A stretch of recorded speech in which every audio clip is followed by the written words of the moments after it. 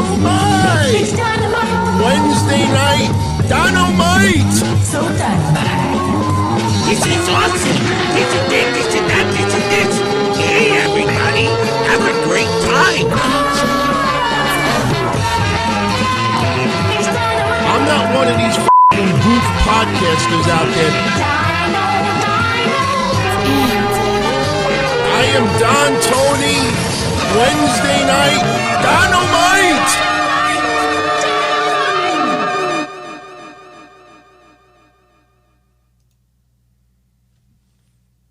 What's up, everybody? Don't rip me for wearing a Halloween shirt. I always wanted to wear my Michael Myers shirt, so I figured, just wear it tonight. He's back. Hey, if you followed this show for the last 2 weeks, we've been setting up Karrion Kross's return, ultimately taking on Finn Balor. I think that's probably going to happen New Year's Evil. But remember, there is a month pretty much between now and then, so other things have to happen in the meantime. Finn Balor, 9.5 weeks, comes in the ring, talks for a couple of seconds, walks away. This is how you now milk another 2, 3, 4 weeks. What's going on, everybody?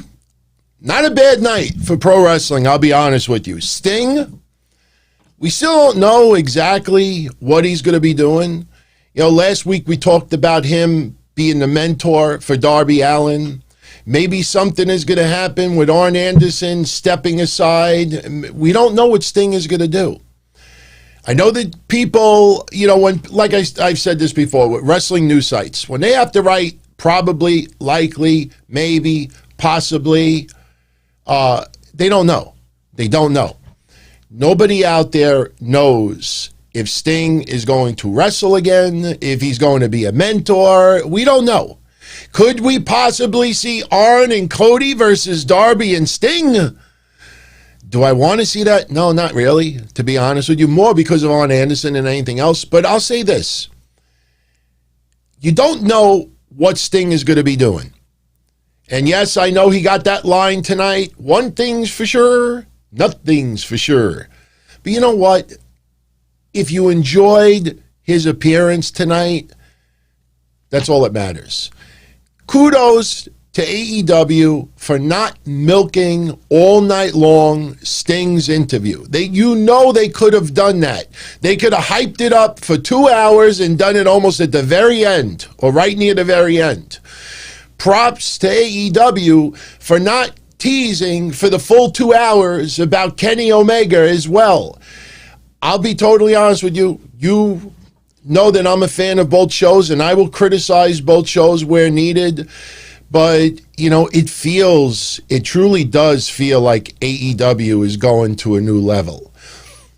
NXT also feels like it's getting out of that quicksand, and not quicksand, but just stuck in mud. Doesn't it feel like COVID is obviously a big reason behind that, but doesn't it feel like wrestling has just been stuck in the mud and nobody has been really, really creative to not only get out of the mud, but to take chicken shit and really turn it into chicken salad? It really does feel that a lot of wrestling is turning the corner.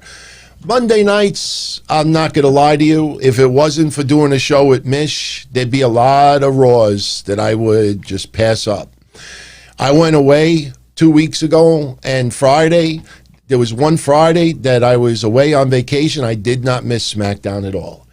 I did miss it. Now, when I say that, it's not that, I didn't miss the episode, I watched it. No, I didn't miss not seeing it. Yes, I watched it a few days later, but it wouldn't have mattered to me.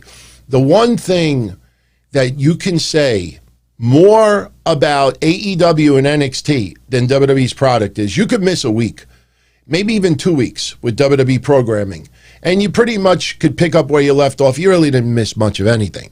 AEW and NXT, they do progress some storylines a lot quicker than others. Yes, there are other storylines that, you know, like I said, just get stuck. But, we'll talk about it tonight. Now, I appreciate everyone's kind words about Monday. Mish and I had a very long talk over the weekend, and we made a concerted effort to leave all that social media garbage out of the shows from now on.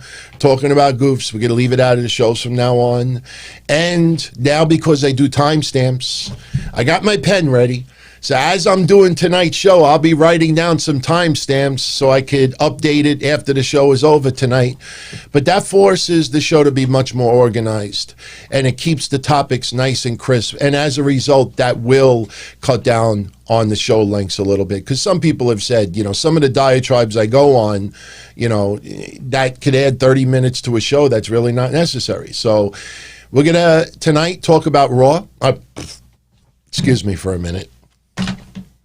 I'm not going to slap myself tonight. Tonight we're going to talk about NXT. Tonight we're going to talk about AEW Dynamite. And a couple of quick words on Impact Wrestling. In fact, I'll even write Impact right at the get-go. We'll start right off with that. How long are we into the show? Now, when I write timestamps down, you don't have to worry. I'm not throughout the show going to be like, telling you I'm writing it down. I'll just jot a little time stamp, and then I'll just go back later and see what I was talking about. Okay. Kenny Omega was on Impact Wrestling last night. Tony Khan and Tony Schiavone were also on Impact Wrestling last night. And as far as ratings-wise, and, I have to address this. Impact Wrestling has been averaging about 150,000 viewers recently. Sometimes a little more, sometimes a little less. I think before last night, their highest rating that they did all year was around 200,000 viewers. So the week, let me just bring it to the point. Impact Wrestling last night increased to about 221,000 viewers. I believe it was about 45,000 compared to the week before. Now, I watched the segments of AEW. I skimmed through some of the other matches in Impact. I'm sorry, Eric Young versus Cody Deaner, I'm not really interested in all that much. TJP versus... I will say this. When you have, I don't want to say wrestling royalty. That's a stretch to say about AEW. But when you are in the type of business and you're going to have a dinner, all right, and you're going to have guests over, and the guests happen to be like much higher on the food chain than you usually put out your finest china. You usually put out some good catered meals or just really prime rib, just to try to impress. And obviously, Impact Wrestling got a huge amount of buzz over the last 7 days. Impact Wrestling trended #1 last night on Twitter, which is impressive. But here's where I honestly think their pre-planning really did not work out all that well. Because last night, how it felt was someone who is high, bringing over high executives to dinner, and you want to impress them and everything. And when they come over, you just bought like Chinese takeout. Nothing against Chinese food, or you just got a couple of pizza pies, or maybe you just made like hot dogs, pigs in a blanket. I mean, you saw those matches yesterday. No disrespect for TJP versus Brian Myers. I wouldn't even watch that if it was on Main Event, to be honest. You looked at those matches. It made AEW feel like this last night, and it made Impact Wrestling feel like this. They should have put on, even if they replayed a match or two from a recent pay-per-view, they should have put on their tux, and it just felt like, I don't know. Impact Wrestling last night, really, the flow was not all that great. They were more excited about AEW being on there. But I will say this. I enjoyed Kenny Omega and Don Callis being interviewed by Josh Matthews in the trailer park. I like how they had security so Rich Swann couldn't get to Kenny Omega. Obviously, we'll probably see Kenny Omega versus Rich Swann. That's probably part of the deal out of all of this, and that will probably air on Impact Wrestling, kind of like when Thunder Rosa first showed up on AEW. So yesterday, and it was funny yesterday because what they, a lot of people don't understand, or younger fans don't realize how great Don Callis is on the mic. I mean, this isn't, he didn't always work behind the scenes. In WWF, he was the Jackal. He was in ECW, did commentary with Joey Styles for a little while. Cyrus the Virus. Don Callis can talk. So Don Callis being in Kenny Omega's side, and you see the rose-colored glasses and the way he dresses, Don Callis just gives that presence that he is more important than you, that he's better than you. And it's not just like the MJF intro, I'm better than you, and you know it. No, Don Callis, the same thing. So, and anybody that has followed my shows for the last bunch of years, I did the first year of the history show, and I got into great detail the relationship with Chris Jericho, Don Callis, and Kenny Omega.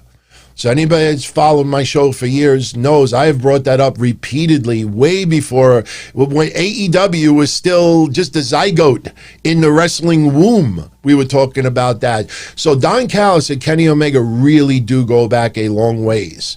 And this just, you on the surface, it feels like it gives more of a rub to Impact Wrestling than anything else, but it does give AEW a rub. And let me explain. Tonight kind of proved it. Kenny Omega, in storyline, by having the audacity to show up on Impact Wrestling with AEW's championship belt, that helps elevate Kenny Omega as a heel. Now, let's just pretend that this whole Impact Wrestling thing wasn't going to happen. And Kenny Omega beat Moxley last week. No Don Callis, no Impact Wrestling, no walking out of there, none of this. And Kenny Omega shows up today. What does he do next? Do you see how Kenny Omega has no opponent right now in a feud? Because just by showing up on Impact Wrestling, Kenny Omega, they just created this huge storyline, and there's no opponent.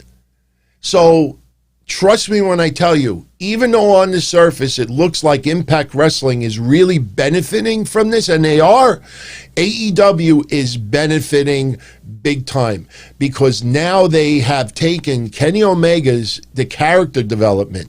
Look, I know a lot of you know what Kenny Omega has done in Japan. I know a lot of you know the guy could cut a promo, you know what he can do. In AEW, it takes two to tango.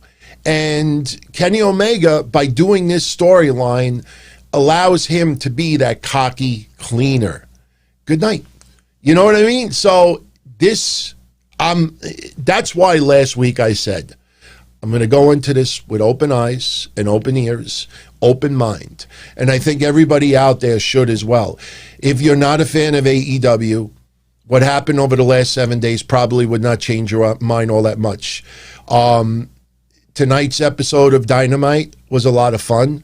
Tonight's episode of NXT was a lot of fun.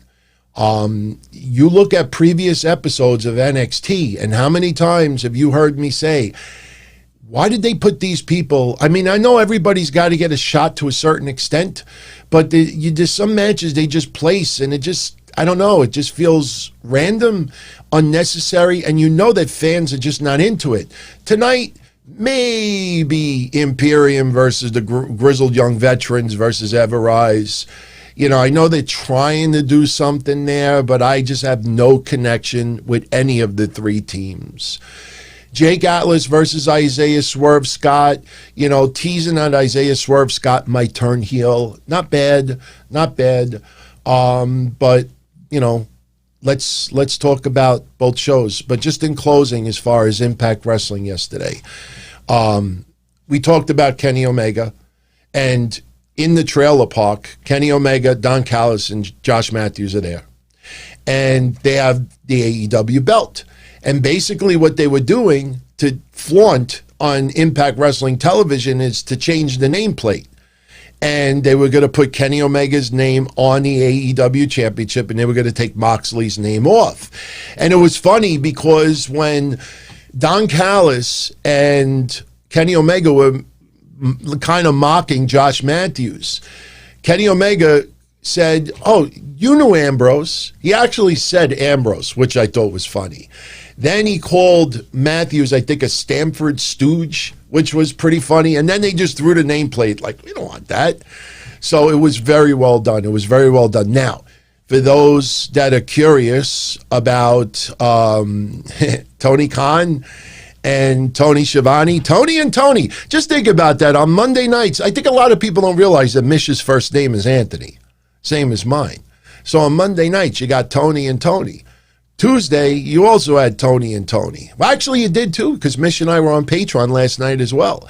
But Tony Khan and Tony Schiavone were on Impact Wrestling yesterday. And basically what they did was they played it off that they bought airtime. Yeah, let's make that a little bigger. They bought airtime. This was like a paid announcement. The following is a paid announcement by All Elite Wrestling. Yeah. Not like the NWO, but, you know, anybody that goes back to wrestling in the 90s, you remember McMemphis? Remember we covered that on the history show? McMemphis? When Vince McMahon in 1993 showed up on Memphis television, this was way before the Mr. McMahon character, and we chronologically covered his feud with Jerry Lawler. Bret Hart went down there, Owen Hart. It was fabulous. And it was more for Memphis television than anything else. Tony Khan showing up on Impact Wrestling yesterday and teasing like he could buy Impact. And he's got money and he's got this, and he's kind of like talking down on the Impact fans. Look, I know a lot of you call Tony Khan Money Mark. I know a lot of you think that Tony Khan, you know, will not be able to resist and go to Dixie Carter route and become a character on television. My honest answer to all of you out there, and look, if you notice, nobody from AEW publicly, you know, gives any props to, you know, what I do or Mish does, and we get loads of attention on their shows, and we are straight up honest. You know, it's sacrilegious to give us compliments. So I'm saying this because I'm not in the good graces of anybody. But if Tony Khan shows up on TV and is that cocky, young, quote-unquote money mark that you perceive him to be, and he's on TV because he can and you can't, it could actually work. It really could actually work. You know, as long as it's not too much as far as the television product goes, but it almost feels like that's where it's going. Do you remember about 2 or 3 months ago, I teased and I said, do you think there's ever a chance that Tony Khan turns on AEW and joins up with the Clique? Does anybody remember that? Not the Clique, the Elite. Does anybody remember when I said that on one of the shows? I said, you know, I wouldn't put it out of the realms of possibility that Tony Khan could become an on-air character, almost like what Bischoff did. Bischoff was, you know, just doing commentating. Then he got powerbombed by Hall and Nash, and then ultimately he turned heel and he joined the NWO, and, you know, he gave them all that muscle because he was, you know, management in the back as well. I teased that a couple of months ago, had no idea that they were going to get involved with Impact Wrestling. But I'm telling you, if it's entertaining, that's all that matters. That's why, you know, like, you know, tonight, people are going to rag on Sting once again. You know, tonight, people are going to rag on Tony Khan being on TV for Impact. You know, people are going to rag on the possibility that Tony Khan may end up being on air. It only makes sense. He's got to address Kenny Omega, and he can't do it just on paid announcements. Tony Khan is going to be a character on TV soon. I feel it coming. And my point is, when people bitch and go, Shaq does a little interview segment today. Immediately after it happened, I did a quick Twitter search and I just typed in Shaq, and once again, the usual suspects just ripping on the idea. Snoop Dogg. Is that Sasha Banks' cousin? I mean, what is WWE going to change Sasha Banks' theme now because Snoop? I'm not saying that that's going to happen, but tell me that doesn't cross your mind that AEW announces that Snoop Dogg is going to host one of the episodes of AEW. It kind of, I think, would rub WWE the wrong way. But my point is, people immediately have a problem with everything. If you are enjoying it, that's all that matters. What they did with Sting tonight was not a big deal. It was a small segment. It didn't blow out of proportion. And I personally think it was fine. I really think it was fine. So anyway, oh, by the way, you see the little Christmas thing? Somebody asked me earlier for my address and is sending me one of the little tabletop Christmas tree to put in the background. So, some of you out there sometimes like to send little things here and there. And I put them on the wall, put them in the background. But, yeah, we'll have a little Christmas tree, I think, by next week, as long as this person comes through. But, we got the Christmas banner. Shout out to Shaheen. Nuclear heat. I know it's still it's only 16 days away, Christmas. It's not like it's a month away. We're only half a month away. So I guess putting up the graphics now is not too early. Want to give a big shout out to Crazy Cruiserweight. How many showed their age on social media with the 7 mention? Dude, are you really going to embarrass me right now? Are you really going to embarrass me right now? Yes. I didn't have to go on social media to reveal my age. When the Dark Order did that with Dustin, I popped because we covered that on the History Show. I mean, for those that don't know, Dustin Rhodes was Goldust. Well, you all know that. He was Goldust. One point in the late 90s, maybe it had to have been before 2000 because they were doing like a lot of hardcore stuff. It was before that, but it was late 90s. Dustin left WWE, and they did a couple of vignettes of some weird character. And basically, if you go back and you watch the vignettes, if you've never seen them, you got to go out of your way to see them.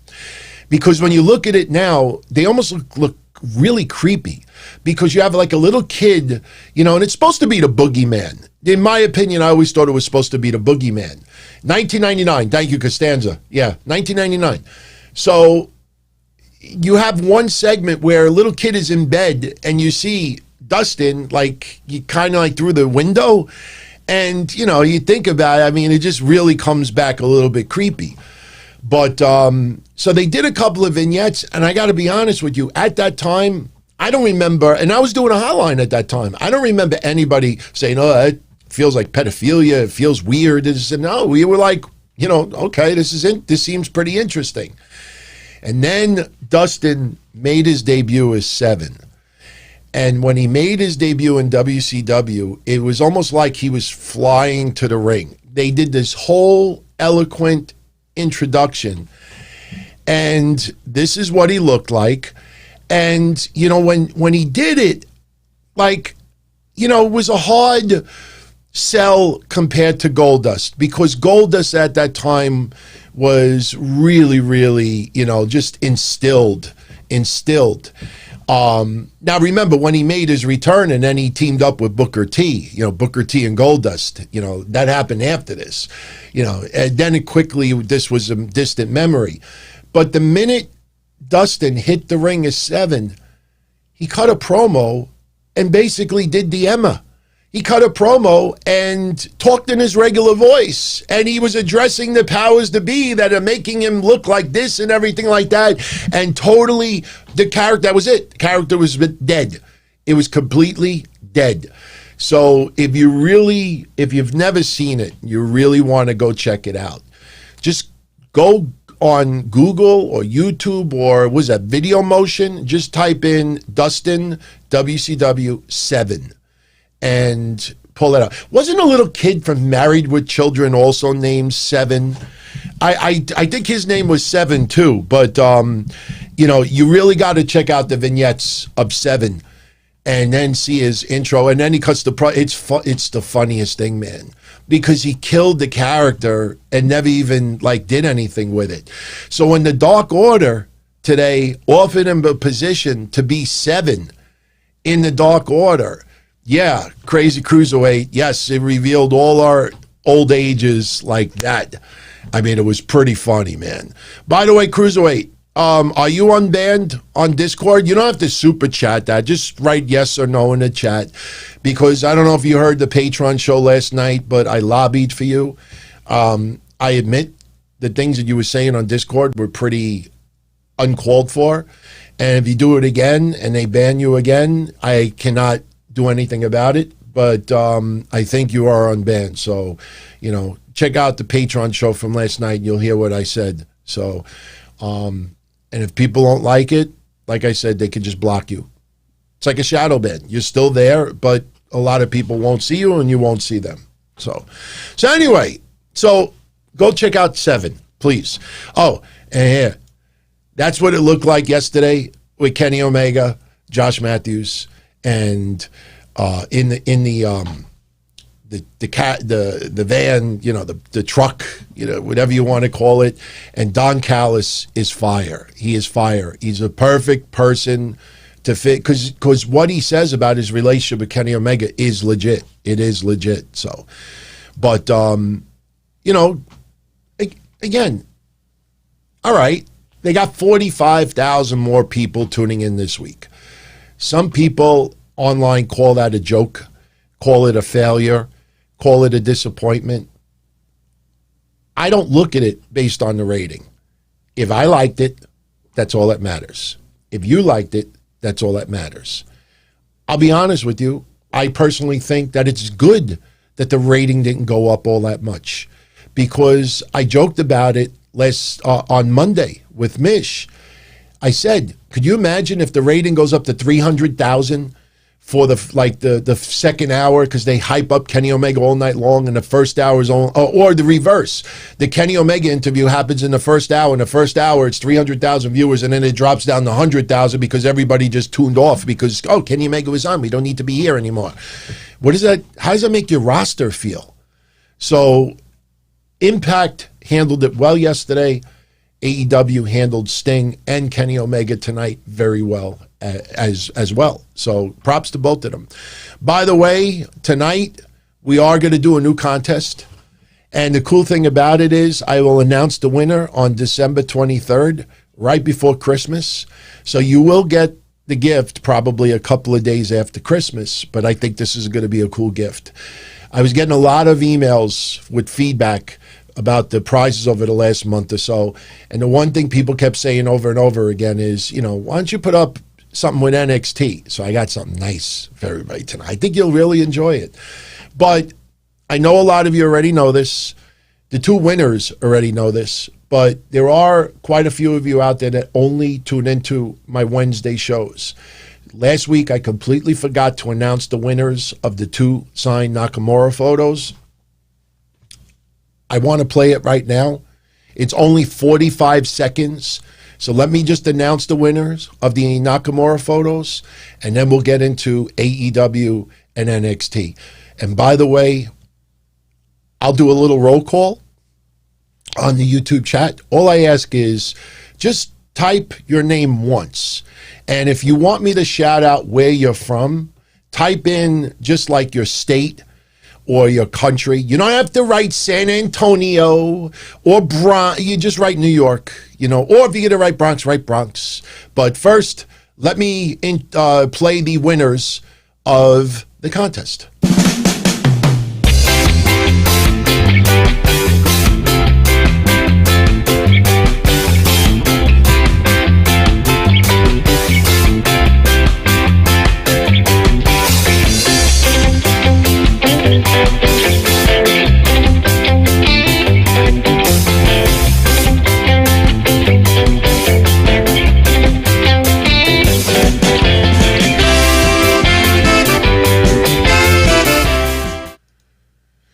And by the way, who said it about Kenny Omega in North Carolina? Oh, Prince Albert's. No. You can't say North Carolina when you talk about Kenny Omega. You got to say it like Justin Roberts. What does he say? From North Carolina. I can't do Justin Roberts. I can't do Justin Roberts. Sorry. But look, I mentioned this Friday on the Don Tony show. Did you notice Kayla Braxton, when she introduced Roman Reigns on Friday, she started running down Roman Reigns' resume a little bit? I said it Friday. I honestly think that WWE took that a little bit from what AEW's been doing, introducing Kenny Omega. So, but anyway, some quick shout-outs. Roll call. Star Killer from Canada. Jeremy Westbrook from Washington, D.C. Dayhawk from Cookie Valley. Benjamin from, I have no idea, from his mother's womb. Chat site forum. Oh, he might be a test tube experiment. Chat site forums from PA. Garth Overstein from Oklahoma. One false is Justin Roberts is such a mark. Yeah, he has to be blocked. Fuck you, Justin. Michael Gonzalez from Jersey. Lion from Ontario, Canada. VJ from Toronto. Sam from Toronto. Derek from North Carolina. Wow, a lot of Canada and North Carolina tonight. Hulkster. Where else? Venice Beach. Brother. Devin from Baltimore. Who's Dad from Washington. Jody from Colorado. Joe from St. Louis. Oh, Prince Albert's from Guam. Cool, man. Ken Alberts, California. Franchise from my mother's dreams. Hey. The Dream from New Jersey. What school did you go to? Isaac from from Philly. I corrected that spell check for you.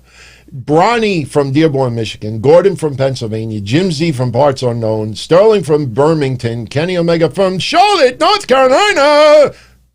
No, he's not in the chat. We're almost done. We'll get more shout-outs later. Mr. Mike from Texas. Austin from Alabama.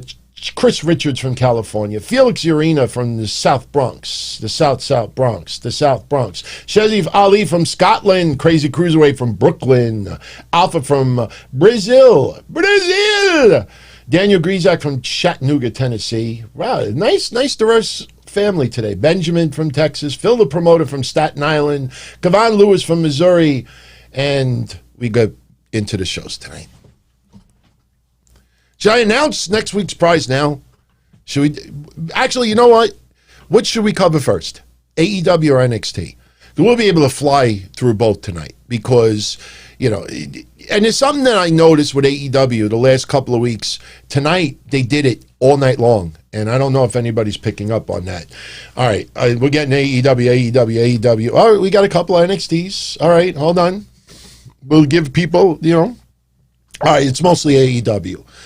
So as soon as we do the AEW recap and we get to NXT, then what I'll do is I'll announce the prize. If you're an NXT fan, I think you'll like this. You know what? I'll throw it out there now. Let's just throw it out there now. Now, how to be part of this contest is easy. All you have to do, if you saw how I announced the winners, it's the same format. All you have to do is post a comment on this video. In the comment section, post something about tonight's show, how you feel about AEW and Impact, Kenny Omega, Sting. I don't care what it is. You don't have to kiss my ass. If you post 5-10 times, the algorithm only goes by the names. So you don't, I already checked it with TubeBuddy and all this stuff. You don't get increased chances of winning. So you're better off just posting one comment and that's it. It doesn't increase your chances for real. But all you got to do is just post a comment.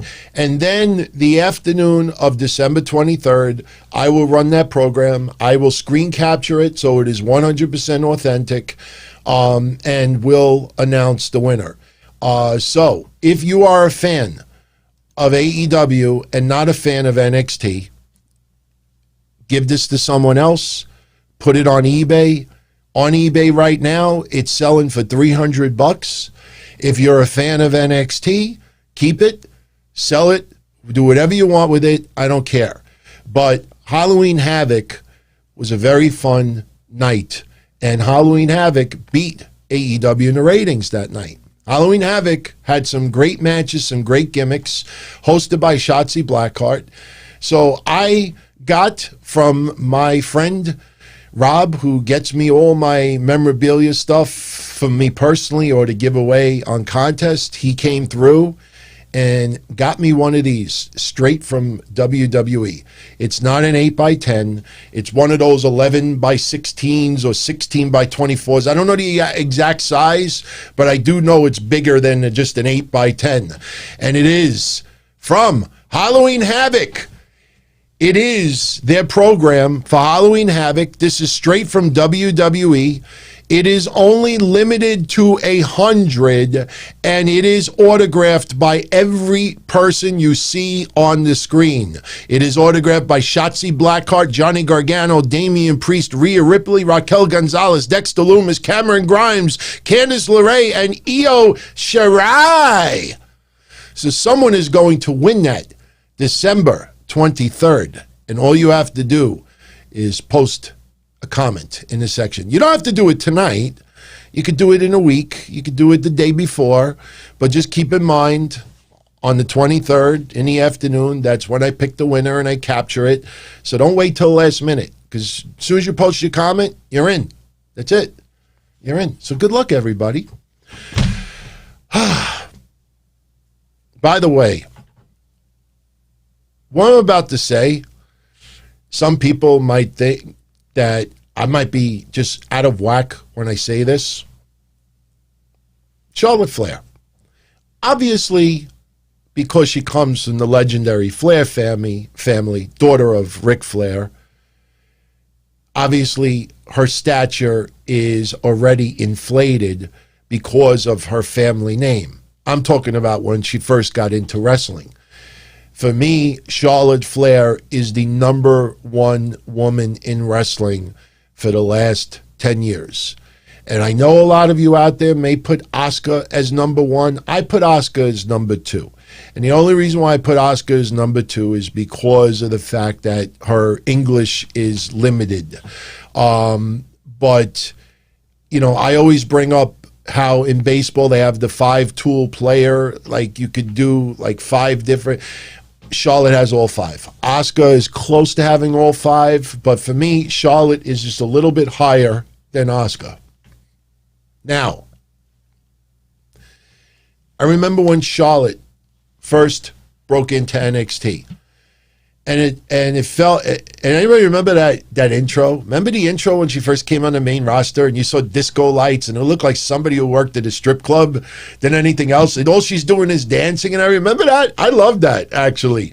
But the thing with Charlotte is, when you saw her develop in NXT, you felt something special being put together. You felt that this person is a mega star in the making. Someone that it just overpowers a lot of other women in wrestling. And I personally think that Charlotte has lived up to all the expectations that started to build as she developed in NXT. For some reason, I'm starting to get that same feeling about Rhea Ripley.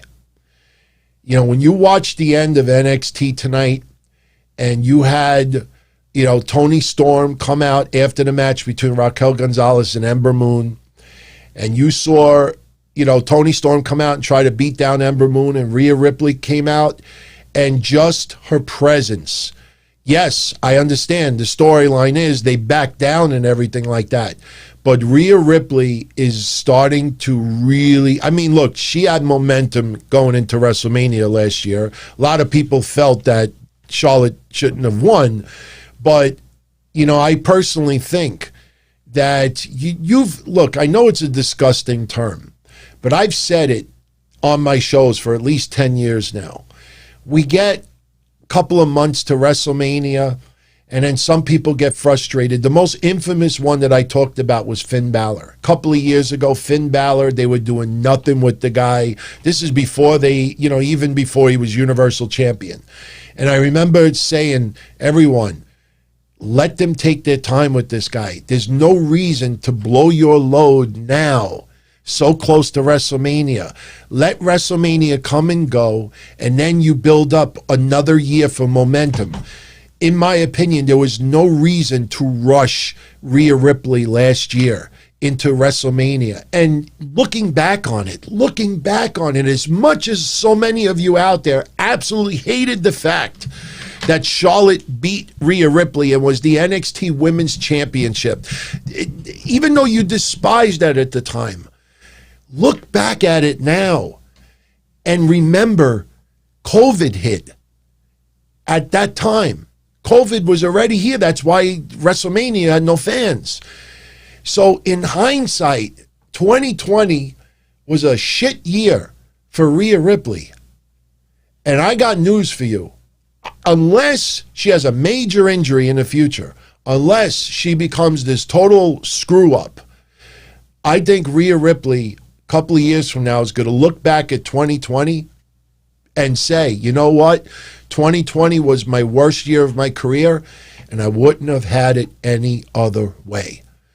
So I personally think, looking back on it, as weird as it sounds, Rhea Ripley being such a small cog in the NXT wheel for the last 11 months, 11 and a half, 12 months, was probably the best thing that happened to her. Seriously. And I'm telling you, I have showed the love for Raquel Gonzalez for a while now. She's putting it together, and you're watching it in real time, and it's awesome. I'm becoming a big fan. Yesterday on Patreon, we were doing some goofy questions, and somebody had said, like, you could choose one female on the current roster to be on a desert island with, and I chose Raquel Gonzalez for various reasons. Nothing really perverted. But the thing is, with Rhea Ripley, there's a presence that's building. There's a presence, and I'm getting the same feeling that I did with Charlotte when she was starting to really put it together in NXT. I'm telling you, I think people are going to compare, not just because they had the WrestleMania match, but people are going to start in a year or two really putting Rhea Ripley and Charlotte Flair almost on the same level. Kind of like Bayley and Sasha Banks. Is that a good one to put it up with? And I have a feeling that a couple of years from now, there's going to be either a WrestleMania or a huge pay-per-view rematch between Rhea Ripley and Charlotte, and it is going to be so evenly matched that it's going to probably be a really memorable feud.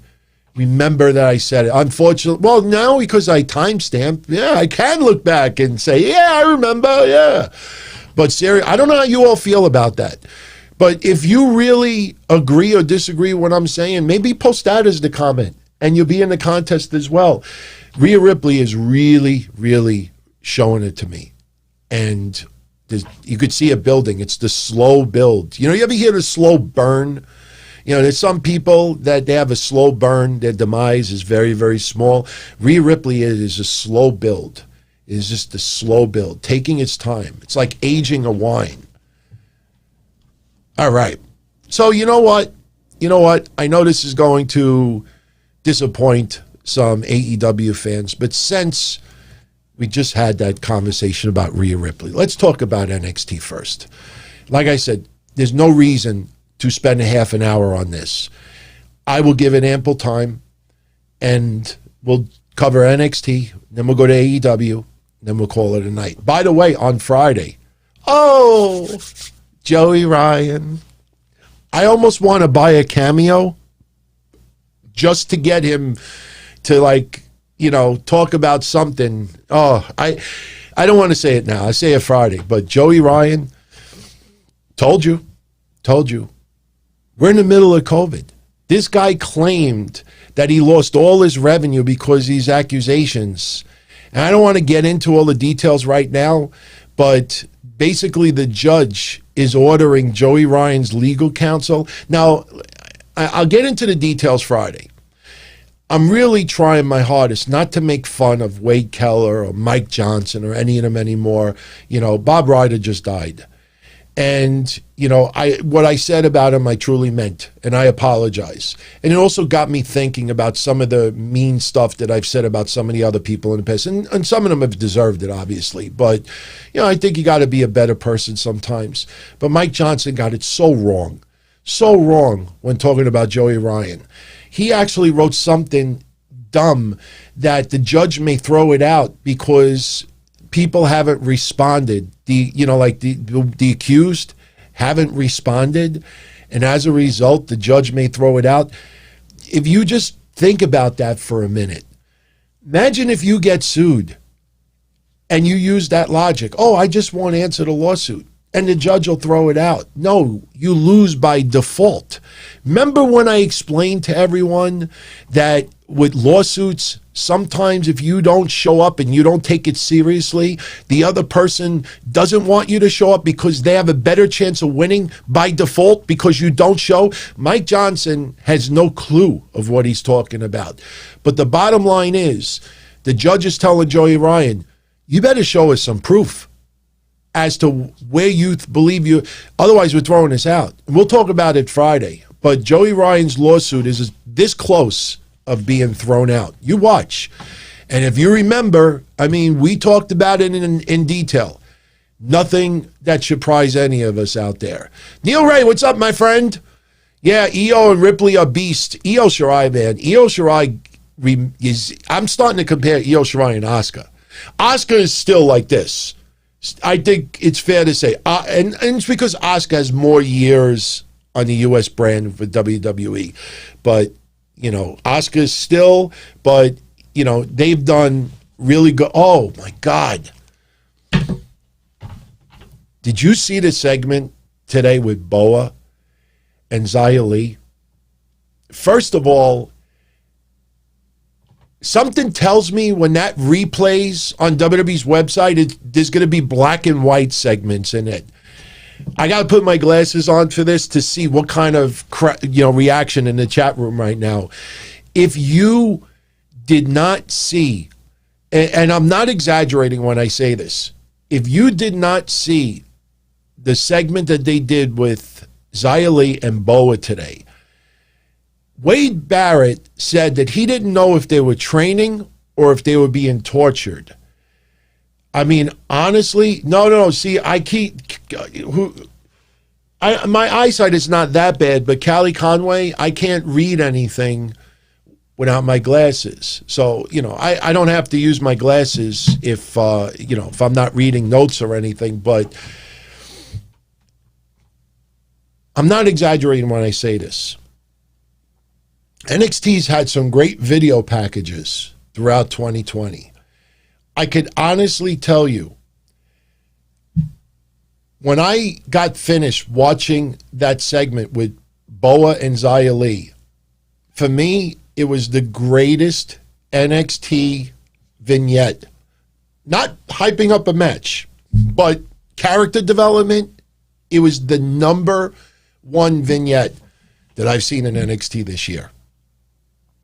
What is that karate movie? Some of you will remember it. It might have even been Karate Kid, or it might have been related to Karate. I never liked Karate Kid movies, by the way. But what was the movie? Some of you may remember it. And I don't know if it's called Bloodsport, but there was a movie back in the 80s. And I remember the commercial. It always finished with some Asian guy, a very famous guy that used to be in those movies. And I remember he had no shoes on and he was like this. And he did like a spin kick, like a 180, and just kicked the guy in the face. And he was like was Cobra Kai? No, Cobra Kai is now. I'm talking 80s.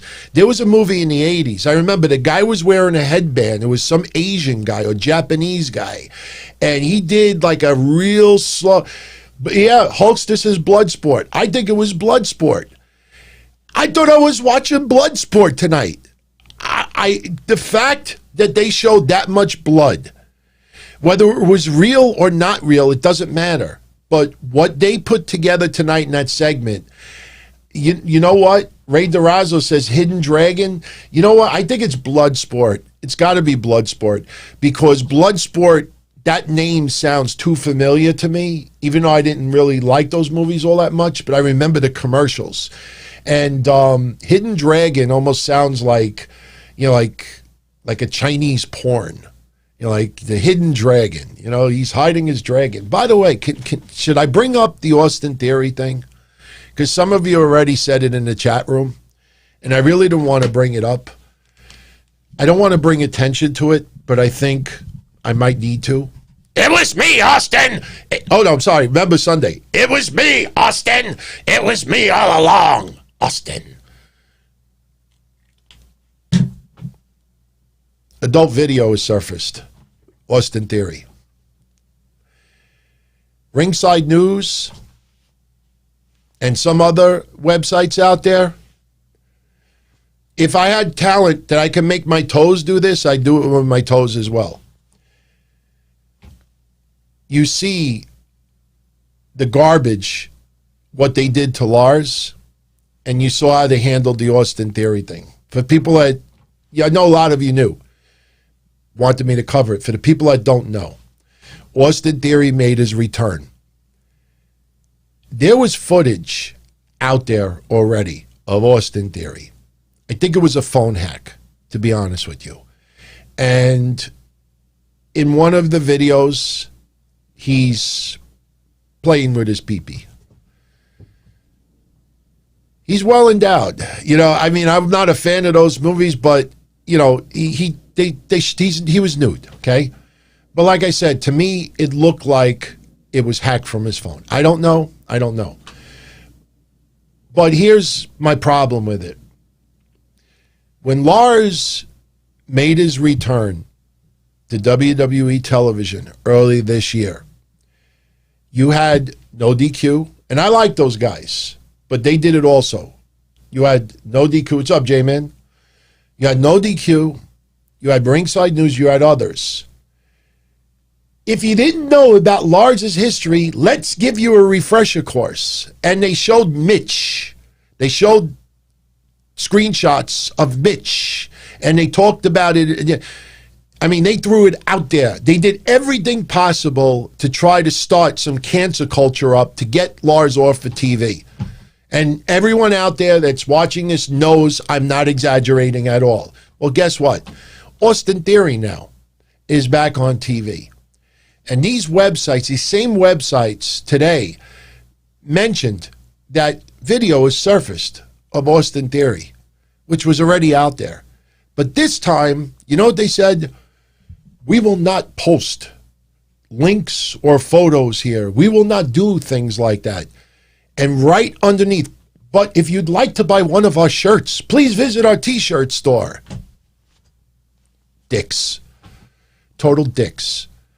They posted it for clickbait to get you to go on the site to see what was talking about. And when you went on there, oh no, we would never talk about something like that, or we will not post links, we will not post screenshots, we will not post the websites. You could do a search. Actually, those websites said you could do a search and find it yourself. But with Lars, I'll never forget Aaron Rift. No, nothing personal, my friend. I'll never forget what you wrote earlier this year. For those that don't know about Lars, here's a refresher course. Garbage, man. And I hope this does not derail Austin Theories on TV. So, anyway. So let's talk about NXT. Honest review. You know I'm always honest about how I feel about this stuff. Finn Balor comes out.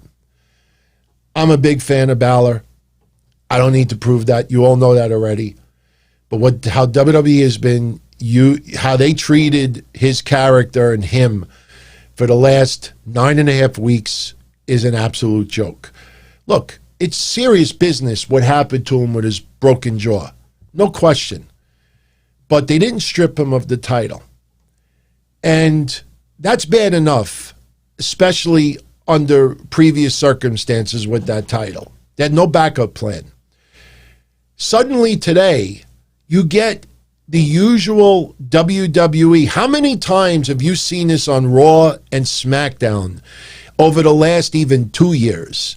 Bayley is in the ring. She's the women's champion. She starts bragging. Her music is interrupted by Lacey Evans. Lacey Evans talks for 30 seconds. Her music is interrupted by Naomi. Naomi talks for 30 seconds. I should be number one contender. Her music after 30 seconds is interrupted by blah, blah, blah, blah, blah. And then this person comes out. And the next thing you know, there's 5 people in the ring. Why didn't these 5 people come out in storyline 9.5 weeks ago when this guy's jaw was broken in 2 different spots? So they had the usual bullshit beginning. And if you pay close attention to Finn Balor tonight, it furthered the goofiness with him. Remember 3 weeks ago? Remember with Pat McAfee? You remember Finn Balor came back and he said, "The prince is back. The prince is back. The mice have been playing. The cat is back. The cat is back." McAfee shows up. Get the fuck out of here. You should just hand over the title. And what does WWE have Finn Balor do 3 weeks ago? He walks away. He walks away. So Pete Dunne and Pat McAfee and Oney Lorcan and Danny Burch could cut a promo about the Undisputed Era. He just walks away. This guy just said, "The mice have been at the play. The cat is back. You no more playing." And then he disappears for 2 fucking weeks. He disappears for 2 fucking weeks. And then last week, the vignette comes back. "No, the prince is back. No, this time he's back. And I'll be on NXT Wednesday." So what does he do today? He cuts the same promo that he cut 2-3 weeks ago. And then he gets interrupted by Pete Dunne, which I loved right away, because didn't I say last week I wouldn't mind seeing Pete Dunne take on Finn Balor for the NXT Championship? Pete Dunne comes out, him and Finn Balor. Did you notice the 30-second deal today? Pete Dunne had 30 seconds. "We cut from the same cloth. Blah, blah, blah, blah, blah. Blah, blah, blah, blah, blah, blah." And then Kyle O'Reilly's music hits.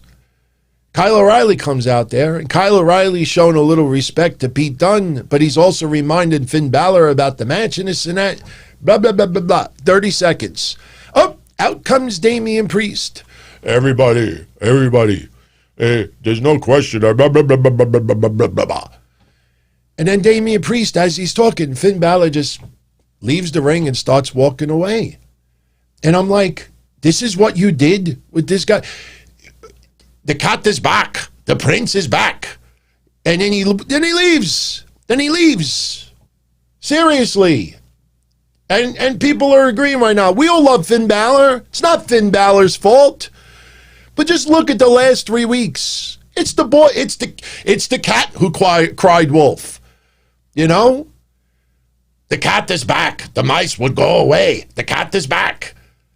And the mice fucking played for the next 2 weeks. And then today, the prince is back. And then you had 3-4 people hit the ring, and they're all insulting each other, and Balor just walks away. And then Damian Priest is like, "Where are you going?" And then Karrion Kross, the intro hits. And out comes Scarlett Bordeaux. And Scarlett Bordeaux, just staring down Finn Balor. And, Finn is basically saying, when your guy is ready, I'm ready, and that's pretty much to tease it. And look, I talked about it after TakeOver. Karrion Kross's return should be designed for one thing and one thing only. I want my title back. I never lost my title. That is it. That is it. Damian Priest calling Scarlett Bordeaux smoke show today was the seed planting to have Karrion Kross come out and attack Damian Priest later on. There was no scoops. There was no inside sources. That's how it played out on TV. And what this does, Karrion Kross beating the shit out of Damian Priest, what all this does is masquerade the fact that Finn Balor probably will not wrestle again until New Year's Evil. As we talked about a week ago, he's not going to wrestle until January 6th. That will be 13 and a half weeks since he had his last match. So, again, WWE did, let's be honest, did a pathetic job handling Finn Balor's, I shouldn't even say, it's not just Finn Balor the last couple of weeks. But they did a pathetic job with that NXT championship over the last 9.5 weeks. You could have been elevating someone else right now. They could have started building momentum on someone. But for 9.5 weeks, they did nothing. Now, it's funny because when you looked at it today, all right, Pete Dunne, all right, he hasn't been around all that long. But you got Damian Priest out there. You know, you got Kyle O'Reilly out there. You could have had 2-3 other people come out there. You know that. And it could have done that 9.5 weeks ago. And someone right now could have been on some crazy-ass momentum. And what it feels like to me is that the reason why WWE didn't even bother doing that was because they wanted Balor to be the guy. They want Balor versus Kross to be the money match. And they didn't want to take the chance that someone else builds some crazy-ass momentum where the fans are like, oh, you're just taking the title off of so-and-so because Finn Balor's back from his injury and Karrion Kross is back from his injury, because you know that goes on all over social media. So that opening intro tonight was typical Raw or SmackDown. Typical Raw or SmackDown. The champions in the ring, boast for 30 seconds, interrupted by first person. Blah, blah, blah, blah, interrupted by second person. Blah, blah, blah, blah, interrupted by third person. Blah, blah, blah, blah, interrupted by fourth person. Then you go to commercial. And we're almost 20 minutes already gone by the way. So Finn Balor tells Scarlett Bordeaux, when he's ready, I'm ready. Damian Priest makes a little remark to Scarlett. She walks away with this big smile on her face, like, okay, Damian Priest, you wait till later on. We'll see you smiling. So Pete Dunne being interviewed in the back. Oh my God, Killian Dane is back. And he wants revenge against Pete Dunne for what happened a couple of weeks ago. Remember when they attacked him outside and left him in like 10 pints of blood? So is this the segue? Are we going to get Killian Dane and Drake Maverick versus Oni Lorcan and Danny Burch? Is that where all this is headed? Because that's where it feels like it's headed to me. And I like Killian Dane and Drake Maverick as a tag team. But they have done GOTS with them for the longest time. This feels worse than how they treated Breezango towards the end. But that's what that's what it feels like to me. Jake Atlas beats Isaiah Swerve Scott. Decent match. I think a lot of us were surprised that Jake Atlas got the win. Isaiah Swerve Scott refuses to shake hands at the end of the match, and kind of teasing a little bit of possibly a heel turn for Isaiah Swerve Scott. Okay, all right. I don't know.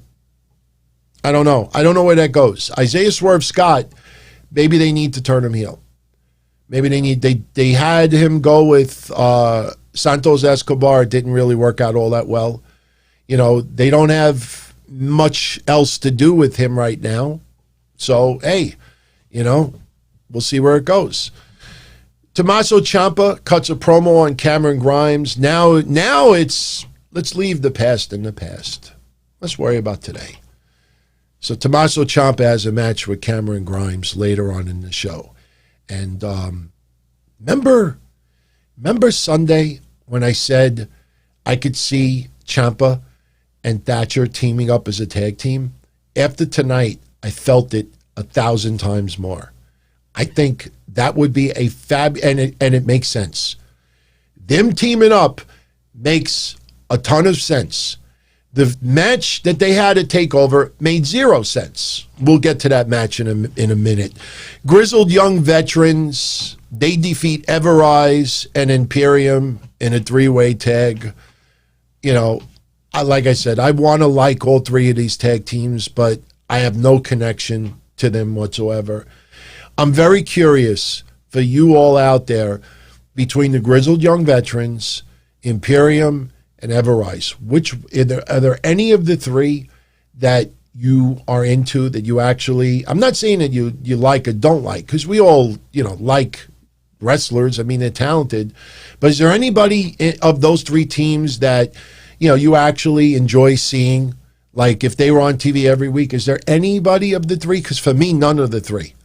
Imperium, if Walter was around a little bit more, I probably would feel a little bit different. But right now, Imperium, none of the 3 really do anything much for me right now. So we got a couple of votes for Imperium, a couple of votes for nobody. One vote, one vote for grizzled young veterans. And I agree with you, Devin. Grizzled young veterans should not be baby faces. One of them reminds me so much of Shawn Michaels' Attitude Era. You know, I mean, if you look at him, it almost like if they tweaked his look a little bit, he would be a doppelganger for Attitude Era Shawn Michaels. So anyway, Tony Storm cuts a promo in the back. She's asked about Ember Moon, about turning on Ember Moon a few weeks ago. Tony Storm says, look, Ember Moon was in the wrong place at the wrong time, but obviously I made the right decision because I was on the winning team. Io Shirai interrupts Tony Storm and basically tells Tony Storm that I don't like you.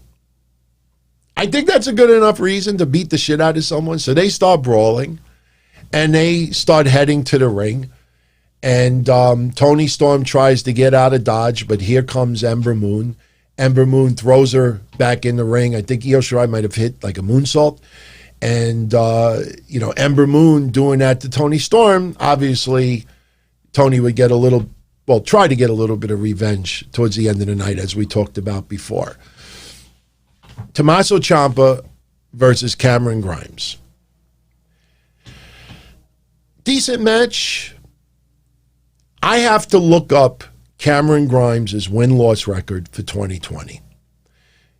Because even though for the most of 2020 I have not liked Cameron Grimes at all, I think if they had a Smoke and Mirrors award, I think it should go to Cameron Grimes. For real, and I'm not kidding. Cameron Grimes' win-loss record has got to be worse than the Miami Marlins or some of the worst baseball teams of 2020. I mean, Cameron Grimes, like when he wins, that's the equivalent of like a holiday or like a date night. Like you have once in a blue moon. Cameron Grimes' win-loss record has got to be pathetic. And I think if his record is that bad, he should win some Smoke and Mirrors award, because WWE is really, how this guy is not looked at as just an absolute waste. Get rid of him. And I'm complimenting Cameron Grimes right now. But in the end, Cameron Grimes loses. Now, what happened in this match is during the match, Thatcher comes out. Thatcher's sitting, watching the match. And then one of his students comes out, Tyler Rust. Tries to get involved in the match, backfires. And then Cameron Grimes, wins, hits him with the widow's bell. When Ciampa is walking off, Thatcher is pretty much saying to Ciampa, I had nothing to do with that, Ciampa leaves. Cameron Grimes, the annoying character that he plays, he's trying to get Timothy Thatcher's attention. Taylor Rust. What did I say? Tyler Rust? Taylor Rust. My apologies. So Cameron Grimes is trying to get Thatcher's attention. I'm trying to talk to, and Thatcher just takes his leg and like twists it. Cameron Grimes does a flip. He's crying like a little bitch on the floor. And Thatcher walks off with a grin on his face, and I'm like, motherfucker. That's what I want to see. Now the storyline makes sense. I don't want to repeat everything I've been saying for the last couple of weeks, but if you remember the whole storyline with Timothy Thatcher and Tommaso Ciampa, the reason why this storyline was stupid was Ciampa was cutting promos up to that point saying that there's a problem with today's culture. You complain, you get a match. You complain, you get this, and that. He's one of the dying breed, old school, blah, blah, blah, blah, blah, and he's going to start trying to straighten out the current locker. Then he feuds with Timothy Thatcher. Timothy Thatcher is not old school. Timothy Thatcher's classes are all old school. Remember early on I said Timothy Thatcher reminds me of Stu Hart, way before they started to do the Thatch can? So now that match at TakeOver made zero sense, because Thatcher is not an example of what Ciampa was trying to eliminate. So that made no sense. This makes sense.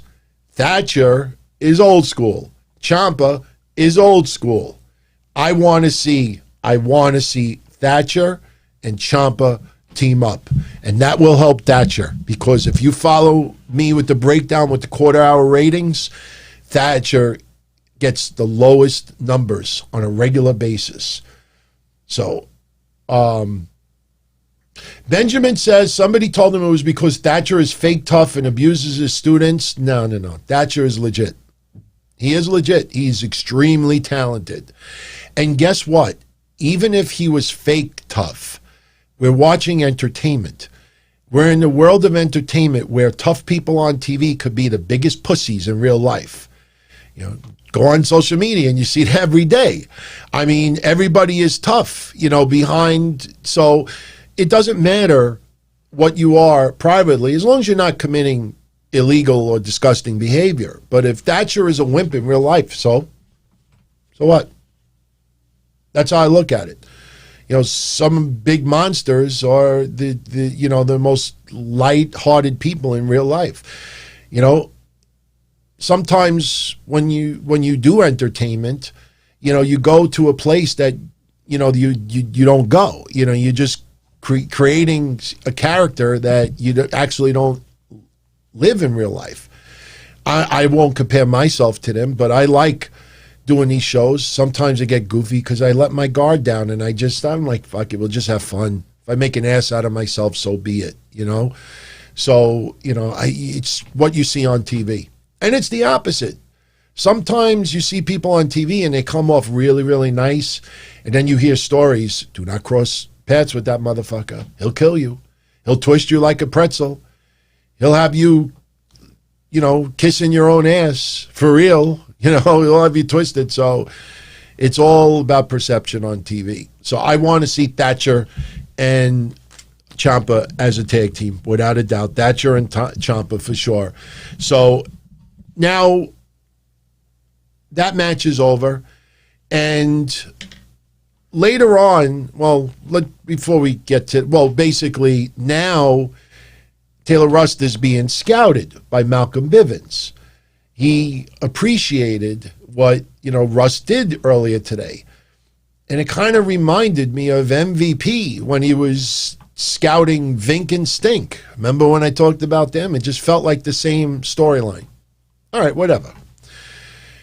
I want to know what's going on with Indira Shear. Are they ever coming back? And if they come back, I think it's a problem because they're so big. They would just run through everybody. I'd be paying attention about their future, to be honest with you. So, Xia Li and Boa, as I said earlier, they did that segment. Even if you don't like NXT, even if you could care less about Xia Li or Boa, watch that segment. Like I said, I think when WWE replays that online, you're going to see some black and white footage. That was phenomenal. Number one, you're not used to seeing WWE portray blood like that. Somebody gets busted open hard way, it's different. But this was a produced segment. And, man, I will say this that I didn't say before. If they have Xia Li return with Boa in ring, they have to beat the crap out of everybody.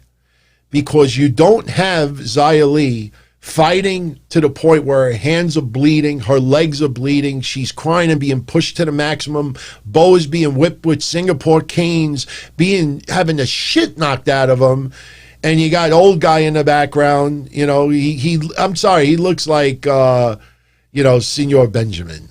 To me, he looks like a Japanese or Chinese version of Senor Benjamin. But I love this segment. But you're portraying them, they're going to turn into monsters. They have to dominate when they come back. You do this vignette, and then they come back and they just lose and ultimately get squashed. This vignette means nothing. It was phenomenal. Phenomenal. Another segment which was wild was the celebration with Johnny Gargano, Candice LeRae.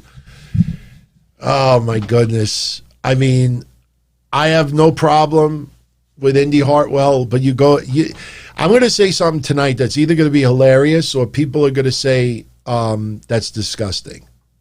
And I thought about should I use the comparison? But I'm like, you know what? I am going to use the comparison because it's not racist, but I'll explain what I'm going to in a moment. But we have LeRae, Gargano, Austin Theory, and Indy Hartwell hit the ring. And they're celebrating. And, you know, Gargano's bragging about his win. LeRae's bragging about her win. Austin Theory and Indy Hartwell are just standing there pretty much, you know, Theory's being a little animated. And I don't know if this is a name of a faction, but, you know, you had Gargano repeatedly saying they are the way. They are the way.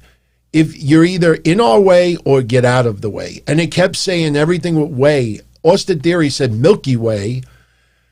And Indy Hartwell says anyway. It was a little goofy, but they brought out Gargano had a surprise for Candice LeRae.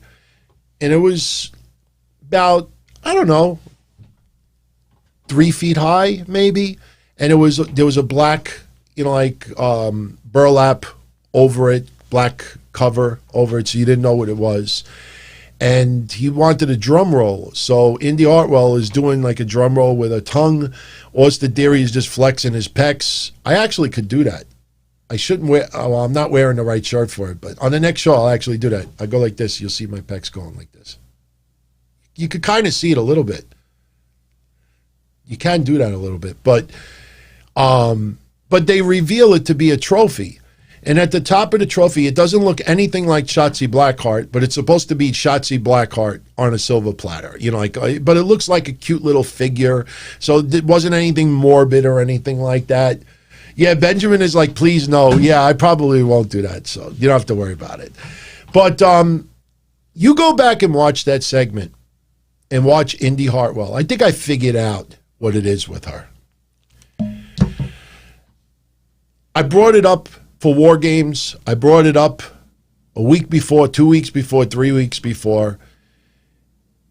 I know she's not on any medications. I'm not insinuating that she was. But the way her lack of facial reactions, like I knew somebody who was in school back in the day, and he wasn't on medications either. But I remember I used to see him in school, and we used to sometimes try to throw spitballs in his mouth because he'd be in class and he'd be like this.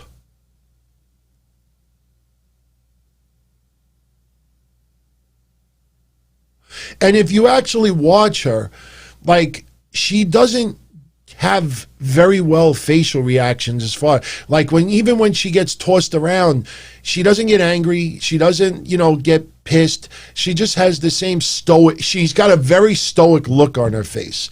Me, if I take a sleeping pill late at night and it's like 3 o'clock in the morning, I can't sleep, I think it's the Indy Hartwell look. I could have the TV on, I could have the TV off, I'll be looking straight ahead like this. That's what she does. So she looks like someone who is just in a daze. So I know that's not as bad. People are like, that was it? No. When you see how she reacted tonight, when Gargano was bragging and LeRae was bragging, and he reveals this the award, and she's looking at him, reacted to it, and this and that. She says like one-word answers. Like to Austin Theory, she said one word. She looks at the statues like, you know what she reminded me of? My parents used to have like a cleaning lady that used to show up at the house. And she would show up maybe once a week, and she didn't speak English. I mean, very, very little English.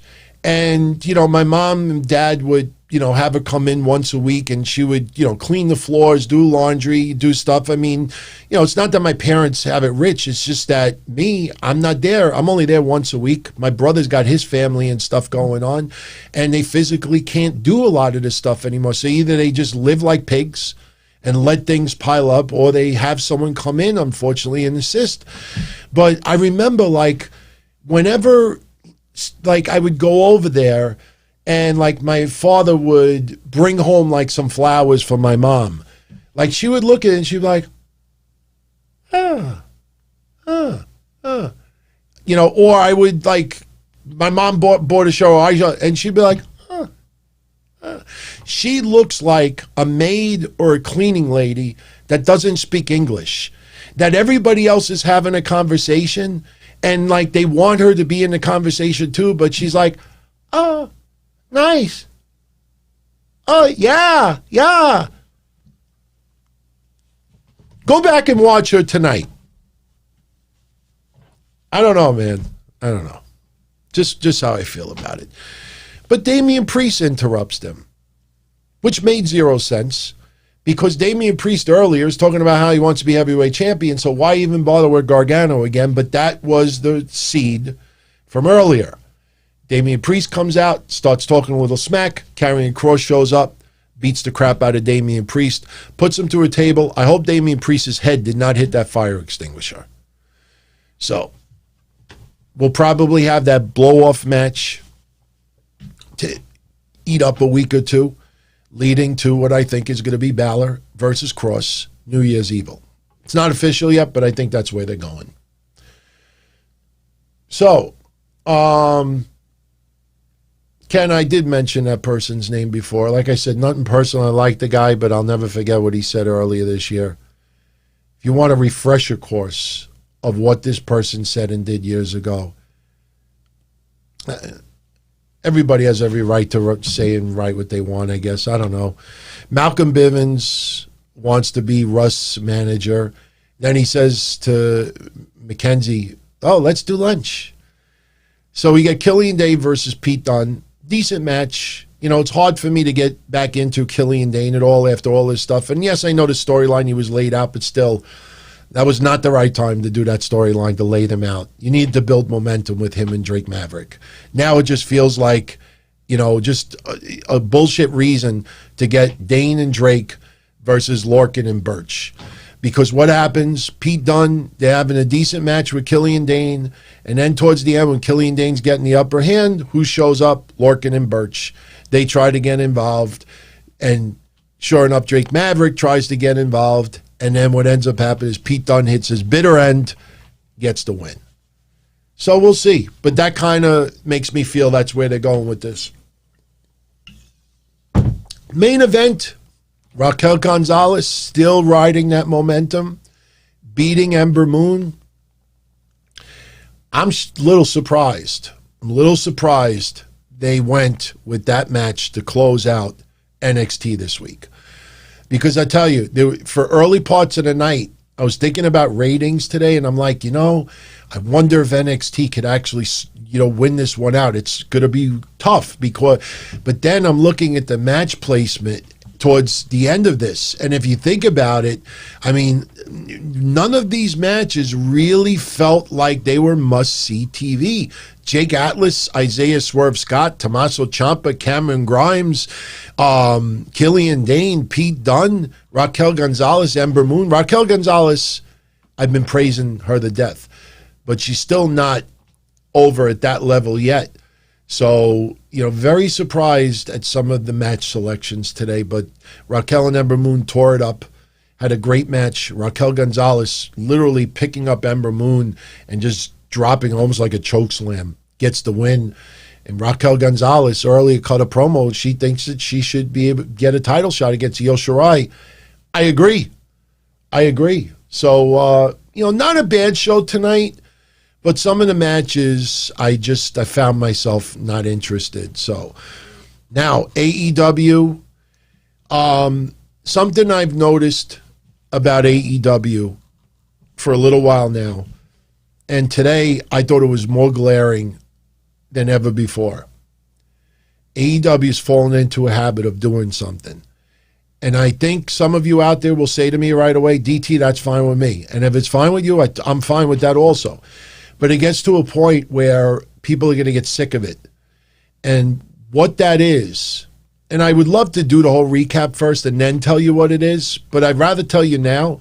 Then when we get into the matches, you're going to say, oh shit, you're right.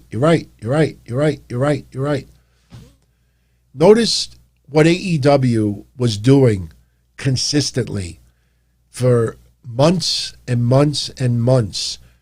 And then a few months ago, just slowly changed away from it, and now it's almost non-existent. Does anybody know what I'm about to say?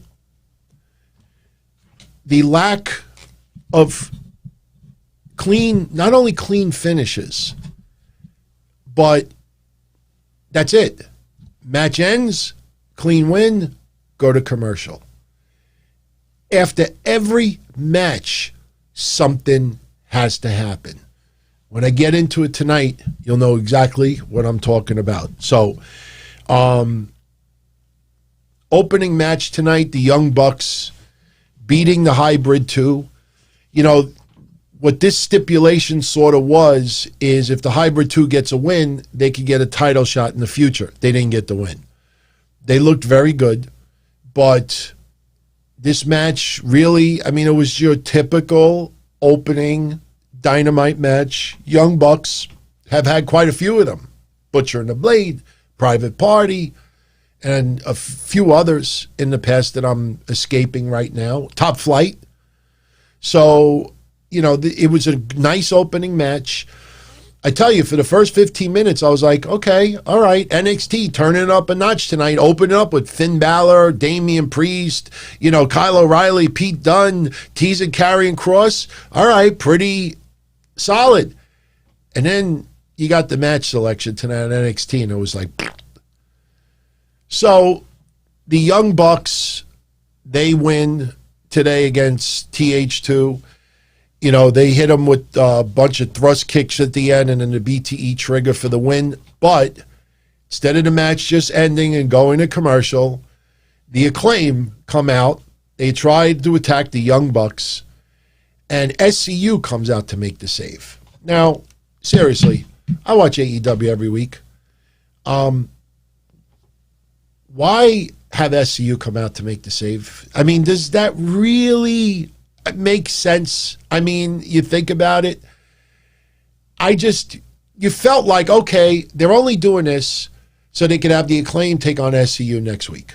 Didn't that feel that way to open up the show? But you see what I mean?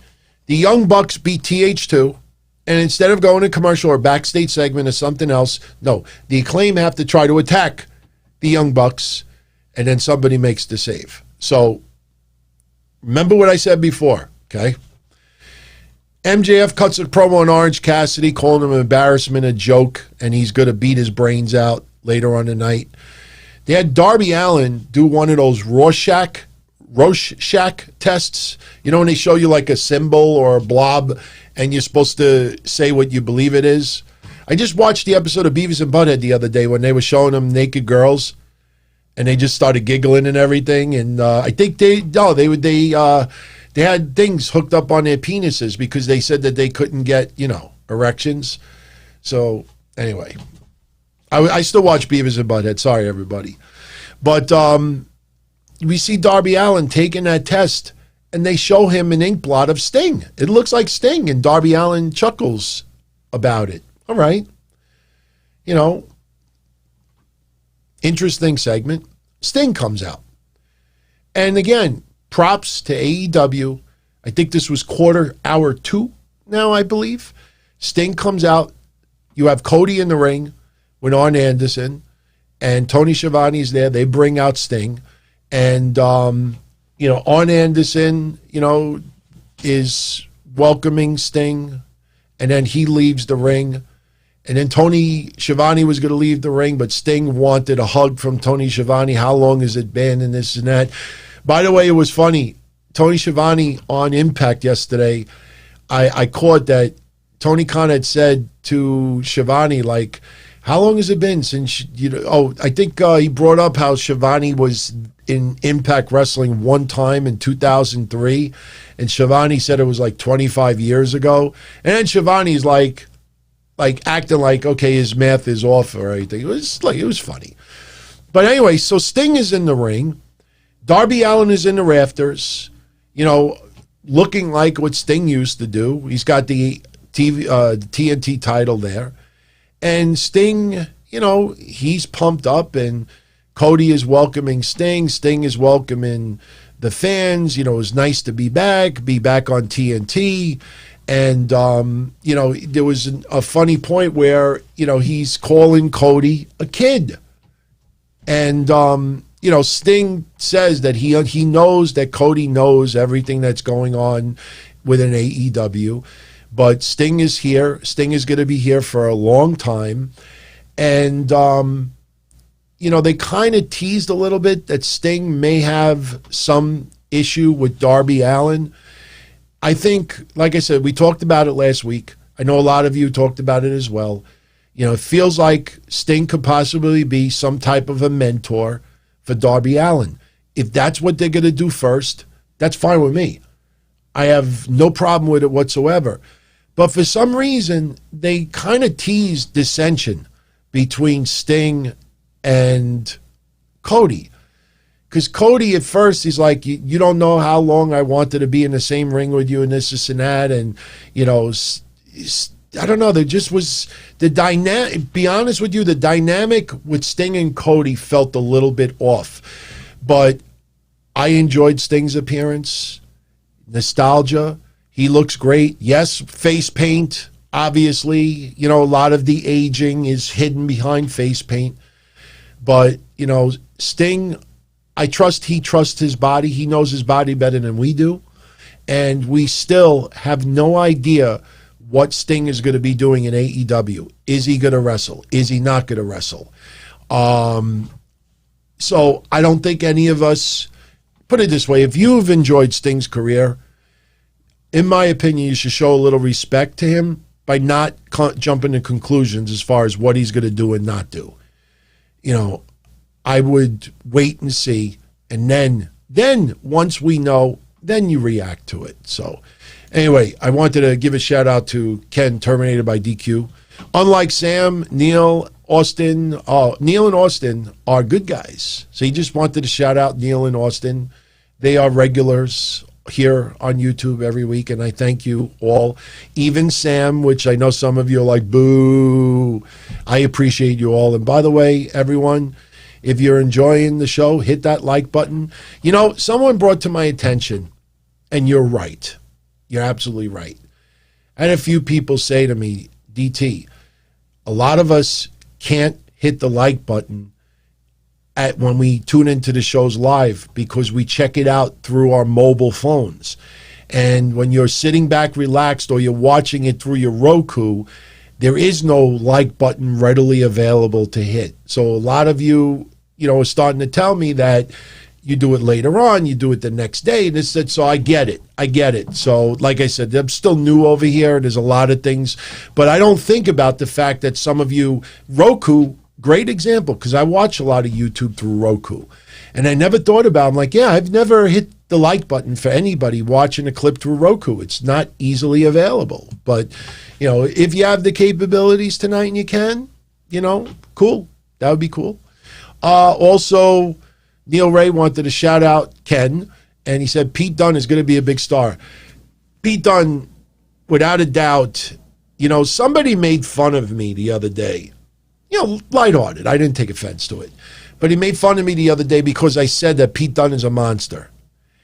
And they brought up his size, and they said that's not necessarily a monster. Honestly, Pete Dunne could probably stretch us into pretzels, twist us into pretzels, and put a submission move on us where we'd be crying like babies. So you don't have to be 6'5", 300 pounds to be a monster. I could guarantee you, this person who I know is tuning in tonight, if you said that to the Dynamite Kid's face in the 80s, and he twisted you like a pretzel, am I too small to be a monster now? So I don't base monsters on just height, size, and how they look. He is a monster because he is just fabulous in the ring, and submission moves. Just Pete Dunne is awesome, and some people don't like him. I totally respect that, but Pete Dunne, in my opinion, definitely is going to be a heavyweight champion on the line. And I think only people that really don't watch NXT are going to be the ones that are going to criticize about it. Pete Dunne is a monster, in my opinion. I say that as a compliment. That guy is a beast. Is that better term? He's a beast. I love his work. And Anthony Diaz stole that Taz joke from me. That's cool. That's cool. You know, look, most of what we all say is probably been said by other people in the past. So it's all good. Ken also said that, he said that I was a good guy as well. Was I a fan of Chris Candido? Should we tell him, Ken? Should we tell him? Should we tell Ken, I should say. Look, I want to get this AEW recap done so I can call it a night. We're definitely going to be under 2 hours tonight, which is great. But I'll say this. I had the privilege of becoming friends with Chris Candido. Not hardcore, deep friends, not buddies where we hung out and everything, but I became friends with him. Friends to the point. A lot of you may know Johnny Candido, Chris Candido's brother. He's doing a documentary about his brother. Had a lot of people from ECW and other feds doing interviews on that documentary. Johnny Candido approached me about 1.5 years ago and said, hey, Anthony, I'd like for you to be on this documentary. Tell a couple of stories about my brother, you know, privately. Because one thing, my friendships with people outside of, you know, the cameras and the microphones, I keep it quiet. I talk to people in wrestling almost every day, DMs, emails, and I don't name drop them because to me it always felt campy. It felt like goofy. You know, and trust me, I tell you, people appreciate the support, but they like honesty. And there are people out there that support certain wrestlers that truly support them, but it gets to a weirdness level sometimes. And, you know, Sonya Deville addressed it today. Some people are wondering, is there a new creep? But some people out there who support her, you know, will tweet 10 times about it. And, you know, you see that with wrestlers. When Roman Reigns came back, you saw a little bit of weirdness going on with Mandy Rose, with Alexa Bliss. Tonight with Karrion Kross, you got grown-ass people that are tweeting like 15 times about his return. And trust me, I think in Karrion Kross's eyes, he appreciates all the love and support, but it gets to a creepy level, you know? So I keep my conversations and my friendships private, unless somebody says it publicly. There's been wrestlers in the past who have said publicly on podcasts, oh man, I love listening to that guy.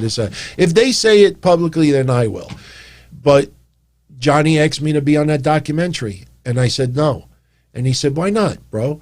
And I said, because. I said, you know, everybody on the documentary is famous. They've been in the business. And then, you know, I come off and people are going to be like, who's this guy? You know, so I declined.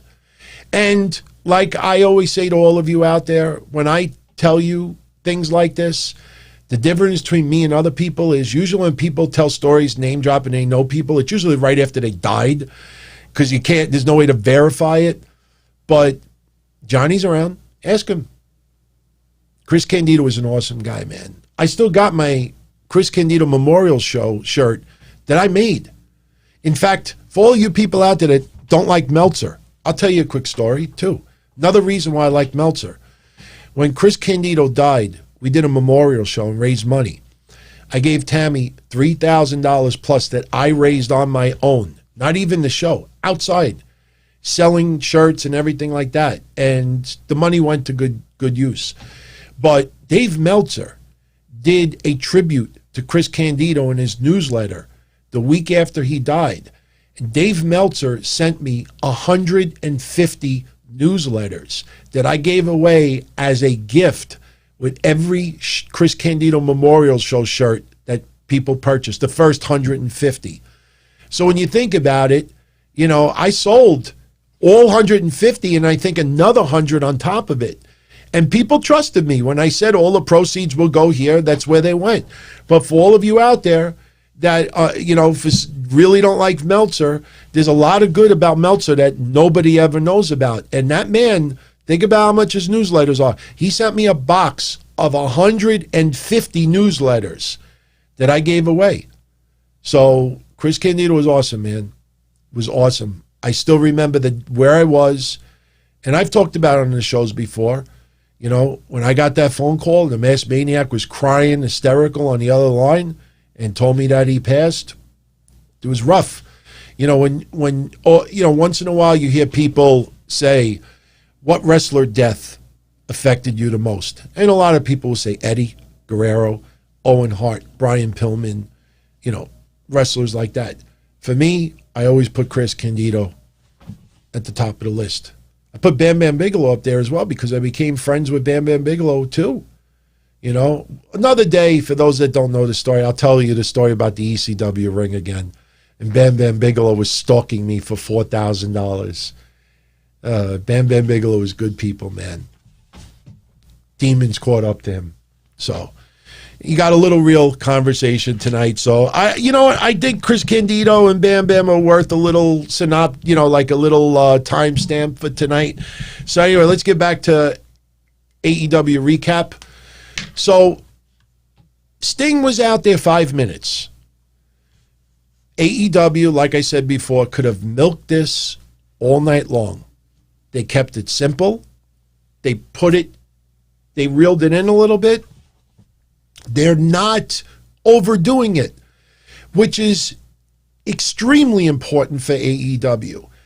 If they make it seem like he's here, what is he going to do next? He's here, blah, blah, blah, blah. I mean, then people start anticipating things that probably aren't going to happen, especially that he's 61 years old. So by doing this small segment today, and that's it. No controversy. We'll see where this goes with Darby Allin and Sting. I thought it was excellent. Sam, I'm shouting you out, Sam. I appreciate what you said. I don't know if you're a good guy. I only know you through the chat. And even if you said a super chat right now, I still don't know if you're a good guy. You could be a prick that just happens to enjoy this prick. You know, we're all pricks at some point. We could be honest. But I like Sting's appearance today. Little weird dynamic with Cody. Kind of teasing something that really doesn't make sense right now. I think he probably should have just focused on Darby. Like, it almost felt like Sting had to be part of that moment. Maybe he deserves it. But it just felt like, you know, Sting had to be part of that moment. All right, whatever. So right after that, Team Taz is in the back, and they're mocking Sting. They're mocking Cody. And Taz not only is with Team Taz, but he also has his son with him, who was trained with Cody for a little while. Obviously, his son is going to be injected in some storyline in the near future. Sam says he is a good guy. I will take your word for it. I will definitely take your word for it. FTR beat the Varsity Blondes of Griff Garrison and Brian Pillman Jr. Not much of a match. I mean, they let Garrison and Pillman hit a couple of moves, but I think, including AEW Dark, the Varsity Blondes have one win. So it's not like they've been having momentum on AEW Dark and now let's put them on Dynamite. I just think that they had no one else really to lose to as far as FTR, and they wanted to use really young guys. And, they get the win. And then after the match is over, Jurassic Express is at ringside, and FTR and Jurassic Express exchange a few words, little confrontation. I think we will probably see Jungle Boy and Luchasaurus versus FTR in the near future, which maybe some people like. I'm open to it, but doesn't look like FTR is going to be back in the title picture anytime soon. So now we get another segment. Alex Marvez, earlier in the day, interviews Hangman Page. And he says that next week, Hangman Page is in a 6-man tag, and it's against Private Party and Matt Hardy. Hangman Page, they did not know who his tag partners were going to be. So creeping up like this, is Alex Reynolds and John Silver. And they're wearing these shirts that say recruitment specialists on it. And they're saying that they'll be Hangman Page's partners. And, yeah, it's a makeshift tag team. They're trying to do this storyline where Hangman Page is teasing being in the Dark Order. Maybe this leads to Hangman Page versus Brody Lee. Possibly. Anybody notice how this attack storyline with Moxley kind of disappeared? Maybe you have somebody else in Impact Wrestling reveal that they attacked Moxley a couple of weeks ago. Just an idea. But I didn't forget about that. But Hangman Page says, look, I'm not joining the Dark Order, but one night I'll team with you. So next week we get Alex Reynolds, John Silver, and Hangman Page versus Matt Hardy in Private Party. So Dustin Rhodes defeats 10 in 2. I mean, the match was so freaking fast. I mean, what got me about this match, I loved the teasing of the 7 stuff that I said earlier. But the one thing that got me confused about this match is, how come no members of Dark Order get like really irate when their own members get not only lose, but lose handedly? Like they're more interested about recruiting other people than straightening out their own camp. And that's the storyline. I'm not saying in real life, but, I mean, what happened with Colt Cabana? Colt Cabana still does not fit in that group. It doesn't make sense. But they tried to tease. Evil Uno's offering Dustin a spot in the Dark Order. He could be 7. Dustin for a second tease it. He slaps Evil Uno. Now, remember what I said before. Every match after had some type of confrontation. After FTR with Griff Garrison and Brian Pillman Jr., they teased an issue with Jurassic Express. After Dustin versus 10, Dustin gets into it a little bit with Evil Uno. After every match. Now we get the Inner Circle ultimatum. Basically what this was they came out and, they were talking about MJF's match later on. But Jericho was saying that, they got to pull it together and this and that. Hager doesn't like Wardlow. Guevara doesn't like MJF, blah, blah, blah, blah. Santana was not there because of personal reasons.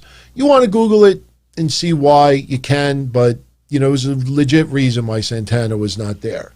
But MJF thinks that he might be the issue, and, he's trying to give compliments to Guevara, kind of patronizing him, and Guevara wasn't having any of it. They start arguing. Ortiz then grabs the mic, and he calls MJF and Wardlow that they're both talented, but not as human beings, and he wants Guevara to be the better man and shake MJF's hand. And if you remember what I said about a month and a half ago, that ultimately I think Guevara is going to be like what Randy Orton was to Evolution. Guevara will get turned on and he will turn babyface down the line.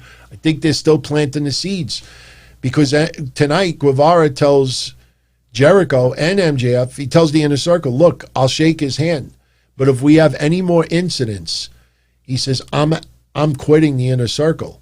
And he said it to MJF's face and to Jericho's face. Now, if you know anything about mafia or tribal chief or anything, the leader, the head of the table, the big kahuna, you don't ever get in their face. You don't ever get in their face. So that's basically what they were teasing today. But at the very end of the segment, there was some hilarious stuff that went on between Jake Hager and Wardlow. I mentioned this the last 2 weeks, that they just have this creepy stare at each other. And tonight, Wardlow finally got a chance to talk. If you go on YouTube, you realize the guy actually can talk. He cut a promo. But, Jake Hager's like, why does this guy keep staring at me? And Wardlow's like, you keep staring at me. You're creeping me out. There's something wrong with you. You're weird. It was fucking funny. Because the way they were yelling at each other, it's like you would say the very same thing in real life. And, I think about that sometimes on social media. Like, there's some people out there that and it must drive them mad that I only tweet like 2 times a week, 3 times a week, other than pushing my shows, because they must reload my page wondering, who am I going to take a shot at next? And it just never comes. But they just have an awesome dynamic. I think, you look at it. Jericho and MJF had some great chemistry comedy together. You've had Guevara and MJF kind of a little bit, but I think Wardlow and Hager, I need to see more of that dynamic. I honestly liked Wardlow and Hager tonight in the segment more than anybody else. I thought that was hilarious. So, FTR, little interview. Later on, they make fun of Jungle Boy for climbing the top rope in a battle royal.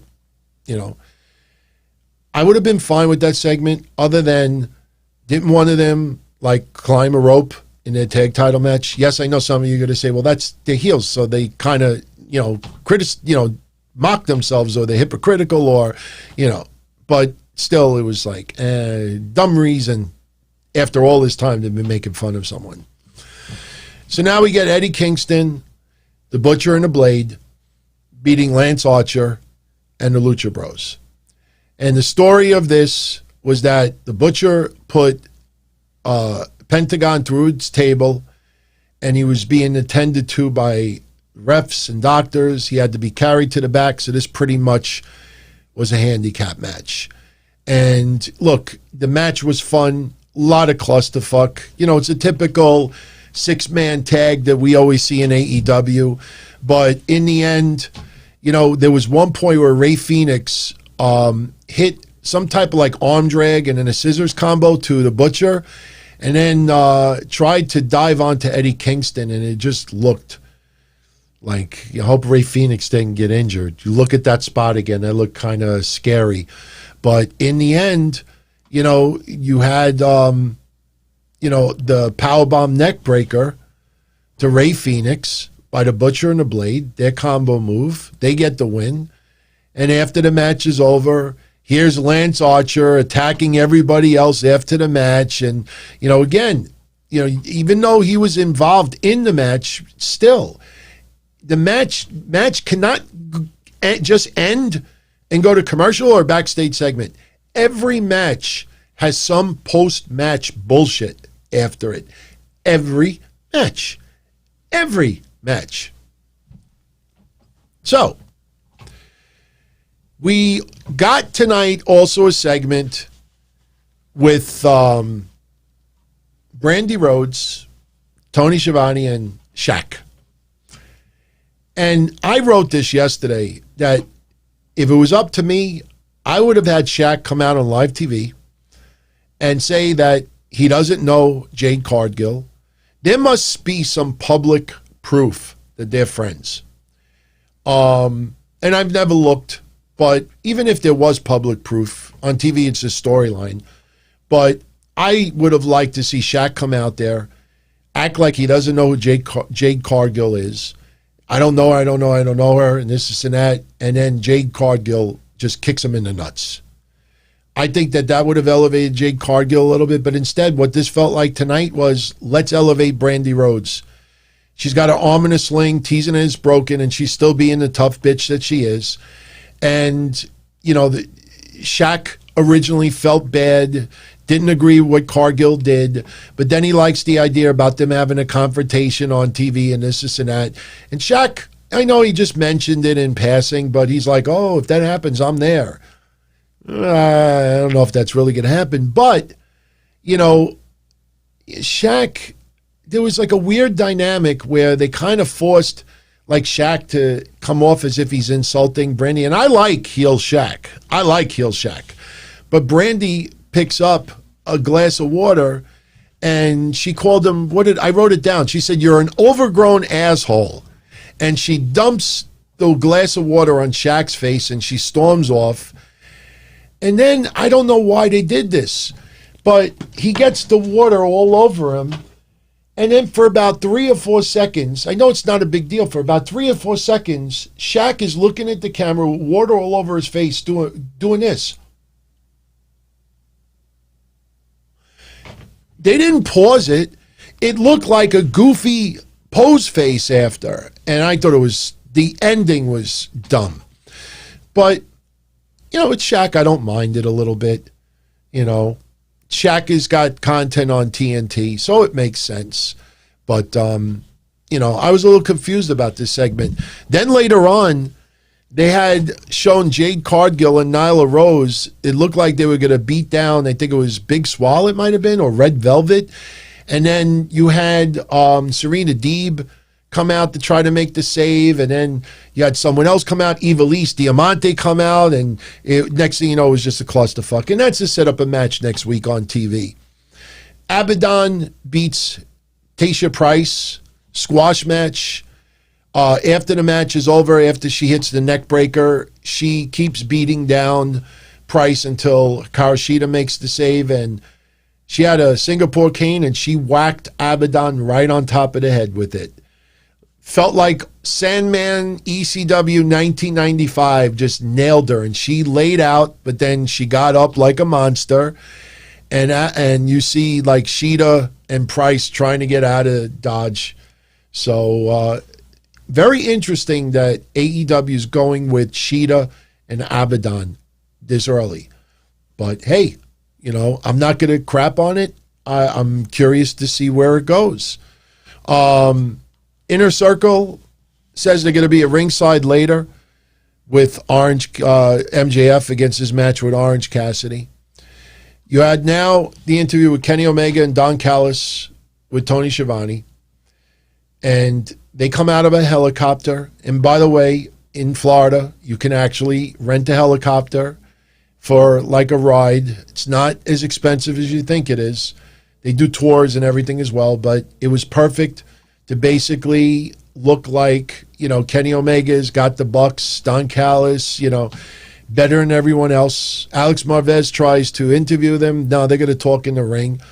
And basically what went down was Schiavone was upset at what happened last week. They keep trying to push this as a big screw job from last week, which I wouldn't put it on that level. I think, the storyline should be more upsetting that he's taking the title to other promotions. When Don Callis says that Tony Khan invited him, and Tony Khan did this, and Tony Khan did that, and then Tony Khan got burned, Don Callis is like, welcome to the wrestling business, kid. I get all that. But the thing is that it's coming across like AEW welcomed Impact Wrestling. Yesterday, Tony Khan and Tony Schiavone, even though I liked the segment, it felt warm. It felt happy. It felt, hey, I invite you both to be on Dynamite tomorrow, which we're going to have a great show. And these didn't feel like animosity. The only people that have animosity right now, it seems like, are the fans and Kenny Omega. So they got to tweak that a little bit, in my opinion. But, Don Callis saying that Kenny Omega, doesn't just make money. He doesn't just do matches. He makes history. And, Kenny Omega with the shades on and looking a little bit like Don Johnson, Miami Vice. Perfect cleaner fashion, does his goodbye and goodnight. And, U.S. fans are getting a look at Kenny Omega. Or fans that just casually heard about him are now starting to see what he could do. He's phenomenal on the mic. He's phenomenal in the ring. And like I said a couple of months ago, I think Kenny Omega is going to be the Wrestler of the Year 2021 if they keep on this route. 2021 hasn't happened yet, but, I think that's the goal. Not just for him, but for AEW. So check this out. Dynamite, December 23rd. They're calling it AEW Dynamite Holiday Bash. Now, that episode may air late because there's a basketball game earlier in the night, the Celtics versus the Bucks. Dynamite airs immediately after that game.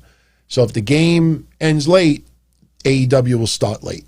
December 30th, we will have New Year's Smash Night 1 with Chris Jericho on commentary. And then January 6th, going head-to-head with New Year's Evil and my father's birthday. So I don't know what I'm doing January 6th. I'll probably say happy birthday, Dad, and then race back over here to do the show. But it will be New Year's Smash Night 2 with special guest Snoop Dogg. So Snoop Dogg will be on the January 6th AEW Dynamite. And again, I'm very curious to see how WWE treats that. Next week, we have Cody versus Angelico.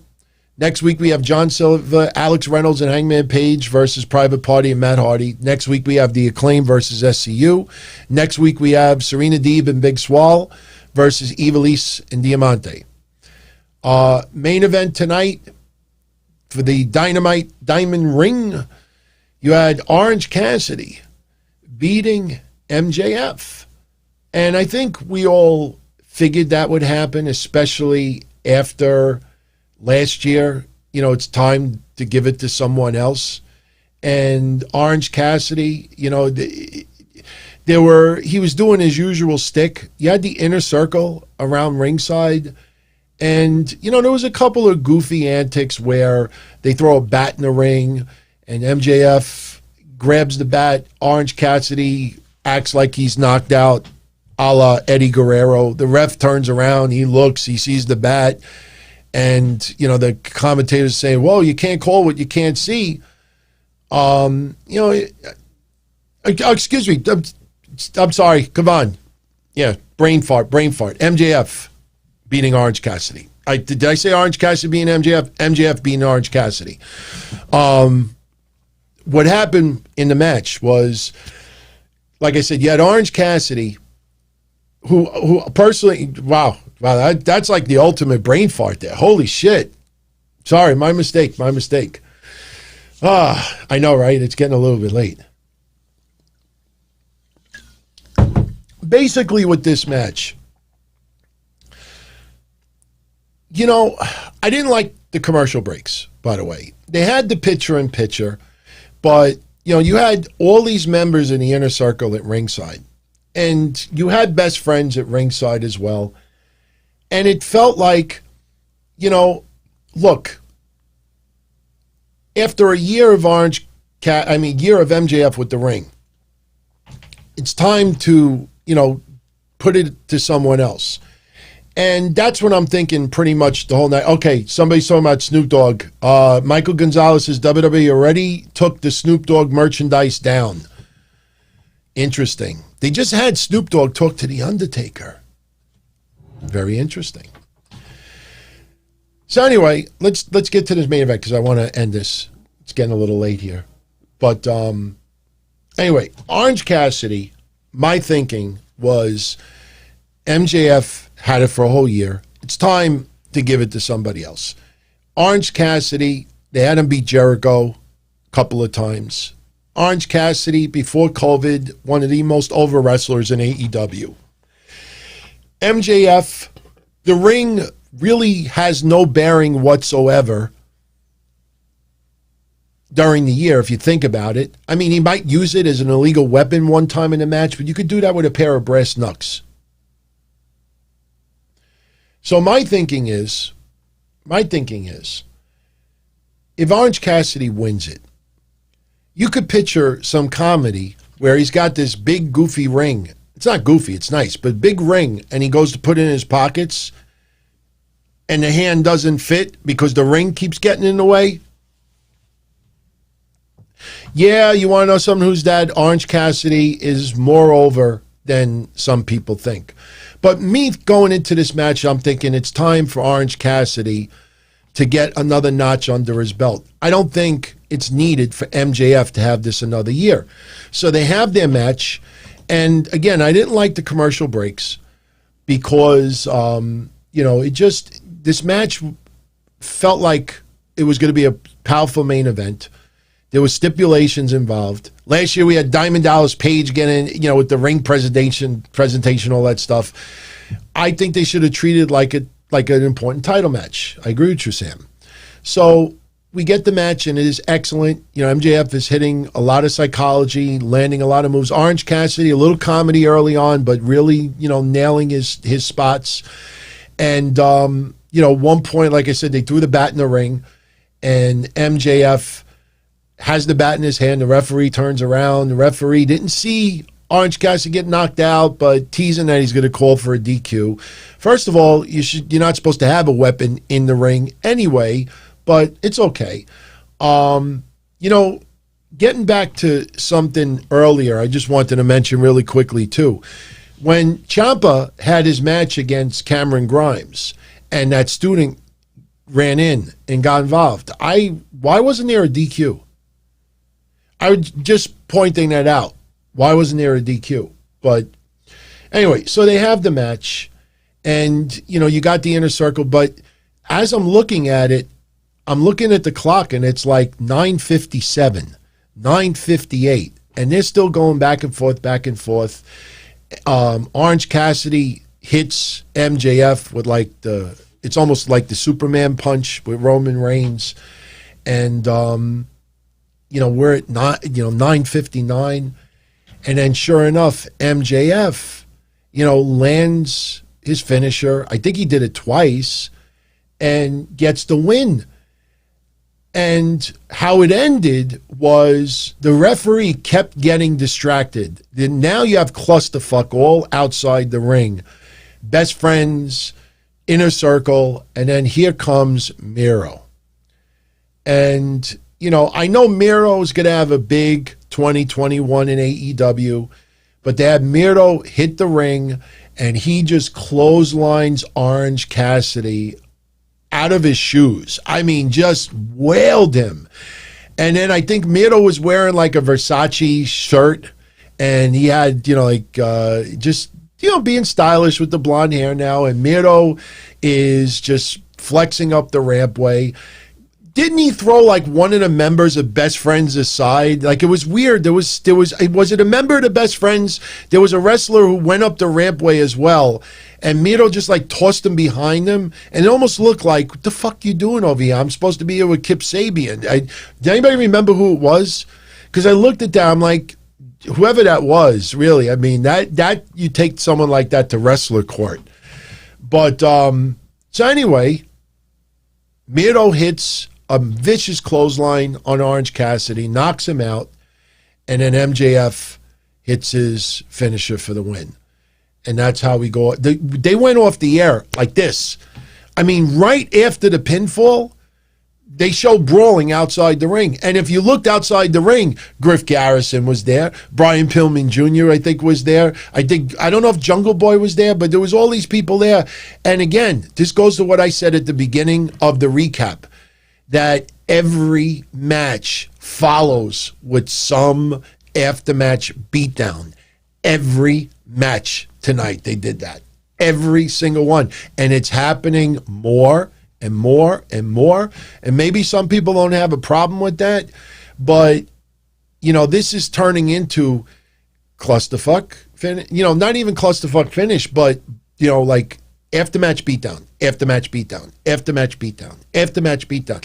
You keep doing that, after-match beatdowns don't mean nothing anymore.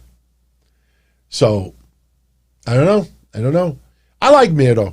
I'm telling you, I'm enjoying, I know they're not doing all that much with him right now, but, it feels like he's taking a little bit of a physical and a mental break for a little bit after, working for all those years for WWE and some testy storylines at the very end. So, we'll see. We'll see what happens. So, anyway, before I go, the ratings. Last week, as I predicted, you all knew this as well. It's not like I'm, so talented, but, people thought immediately, oh, Sting, he's going to pop an incredible rating. Most people did not realize Sting was on. People that were watching AEW saw it. Some people that were on social media not watching wrestling tuned in. But for the most part, I don't remember the quarter hours, but you didn't have people tuning away from NXT to tune into Sting. The quarter hours, I got into that. This week was going to be the telltale week, because now even casual fans know about it, and they knew Sting was going to be on tonight. They heard about Shaq. Feels like AEW's rising their game a little bit, maybe seeing a little light at the end of the tunnel as far as COVID, especially when this vaccine is going to start being shipped out this weekend, and Florida is going to have a big, involvement with vaccines next week. You have a shitload of people getting vaccinated next week. So, we'll see what happens. In the end, NXT started hot, and I felt it went downhill. It had little moments here and there, but just because Karrion Kross comes out to attack Damian Priest doesn't mean that 100,000 people are suddenly going to turn the channel and watch it. So I think in the end, I think AEW dominates the fuck out of NXT once again this week. Even though we had War Games, and even though War Games was awesome, I still think after that first quarter hour, I think NXT lost a lot of interest by fans, and they had a hard time getting it back. And again, if Ember Moon and Raquel Gonzalez do over 650,000 fans, I will be very impressed with that. And I am in the camp of Raquel Gonzalez, and I've been praising Ember Moon a little bit as well, but I just don't think that is solid enough, especially right after War Games. I think people wanted to see maybe a little bit, higher caliber wrestlers or higher on the food chain. So this week, AEW, I don't think they go over 900,000 again, but I think it's going to be close. I'm going to say AEW is going to do 881. I'm going to say, no, that's kind of sounds high too. I'm going to go with 8. No, I'll stick with it. Fuck it. I'll say 881 for AEW. And NXT, I think, is going to do at least 200,000 viewers less. Now, remember, last week, wrestling got almost 1.7 million viewers at some points. Nobody talked about that. So if AEW does 881, even if NXT did 600,000, that would be a little under 1.5, and that sounds like an awfully low number. So if AEW does 881, and we're thinking it's going to be right around 1.6 million fans, 1.65, then NXT's got to do about 700,000. 881 to 700,000, 1.58 million viewers, and that might even be low. So I'm going to say 881 for AEW, NXT 716. I think that's going to be a high number as well. I would not be surprised if NXT is only in like the 660, 670 range, but I'll be generous and give them 716 or whatever I said. So, but everyone, I am out of here. I hope you enjoyed this episode. Great conversation. Sorry about the brain fart at the end. I wasn't even reading notes, so it's late. I've been up since 5:30 this morning. It's now almost 12:30. By the time I get everything online, it's going to probably be about 2:00 in the morning. I got to get up at 6. So everyone, if you enjoyed tonight's episode, give it a thumbs up. Hit the like button. If you haven't subscribed yet, please do, so you're notified whenever we're doing shows. I will be back here Friday after SmackDown for your SmackDown recap, Tony show. We'll talk about Joey Ryan and a few other things. But I'm going to jet out of here. I'm going to put this online, work on my timestamps, which a lot of you are very, very happy, and I will keep doing it. So everybody, have a great night. And let me know, like I said in the comment section, let me know what you thought about the shows, about Sting, about whatever else. And in the process, you may actually win a pretty cool prize in the process. So, night, everybody. Be well. I'll see you Friday night, 10:05 p.m. right after SmackDown. Ciao.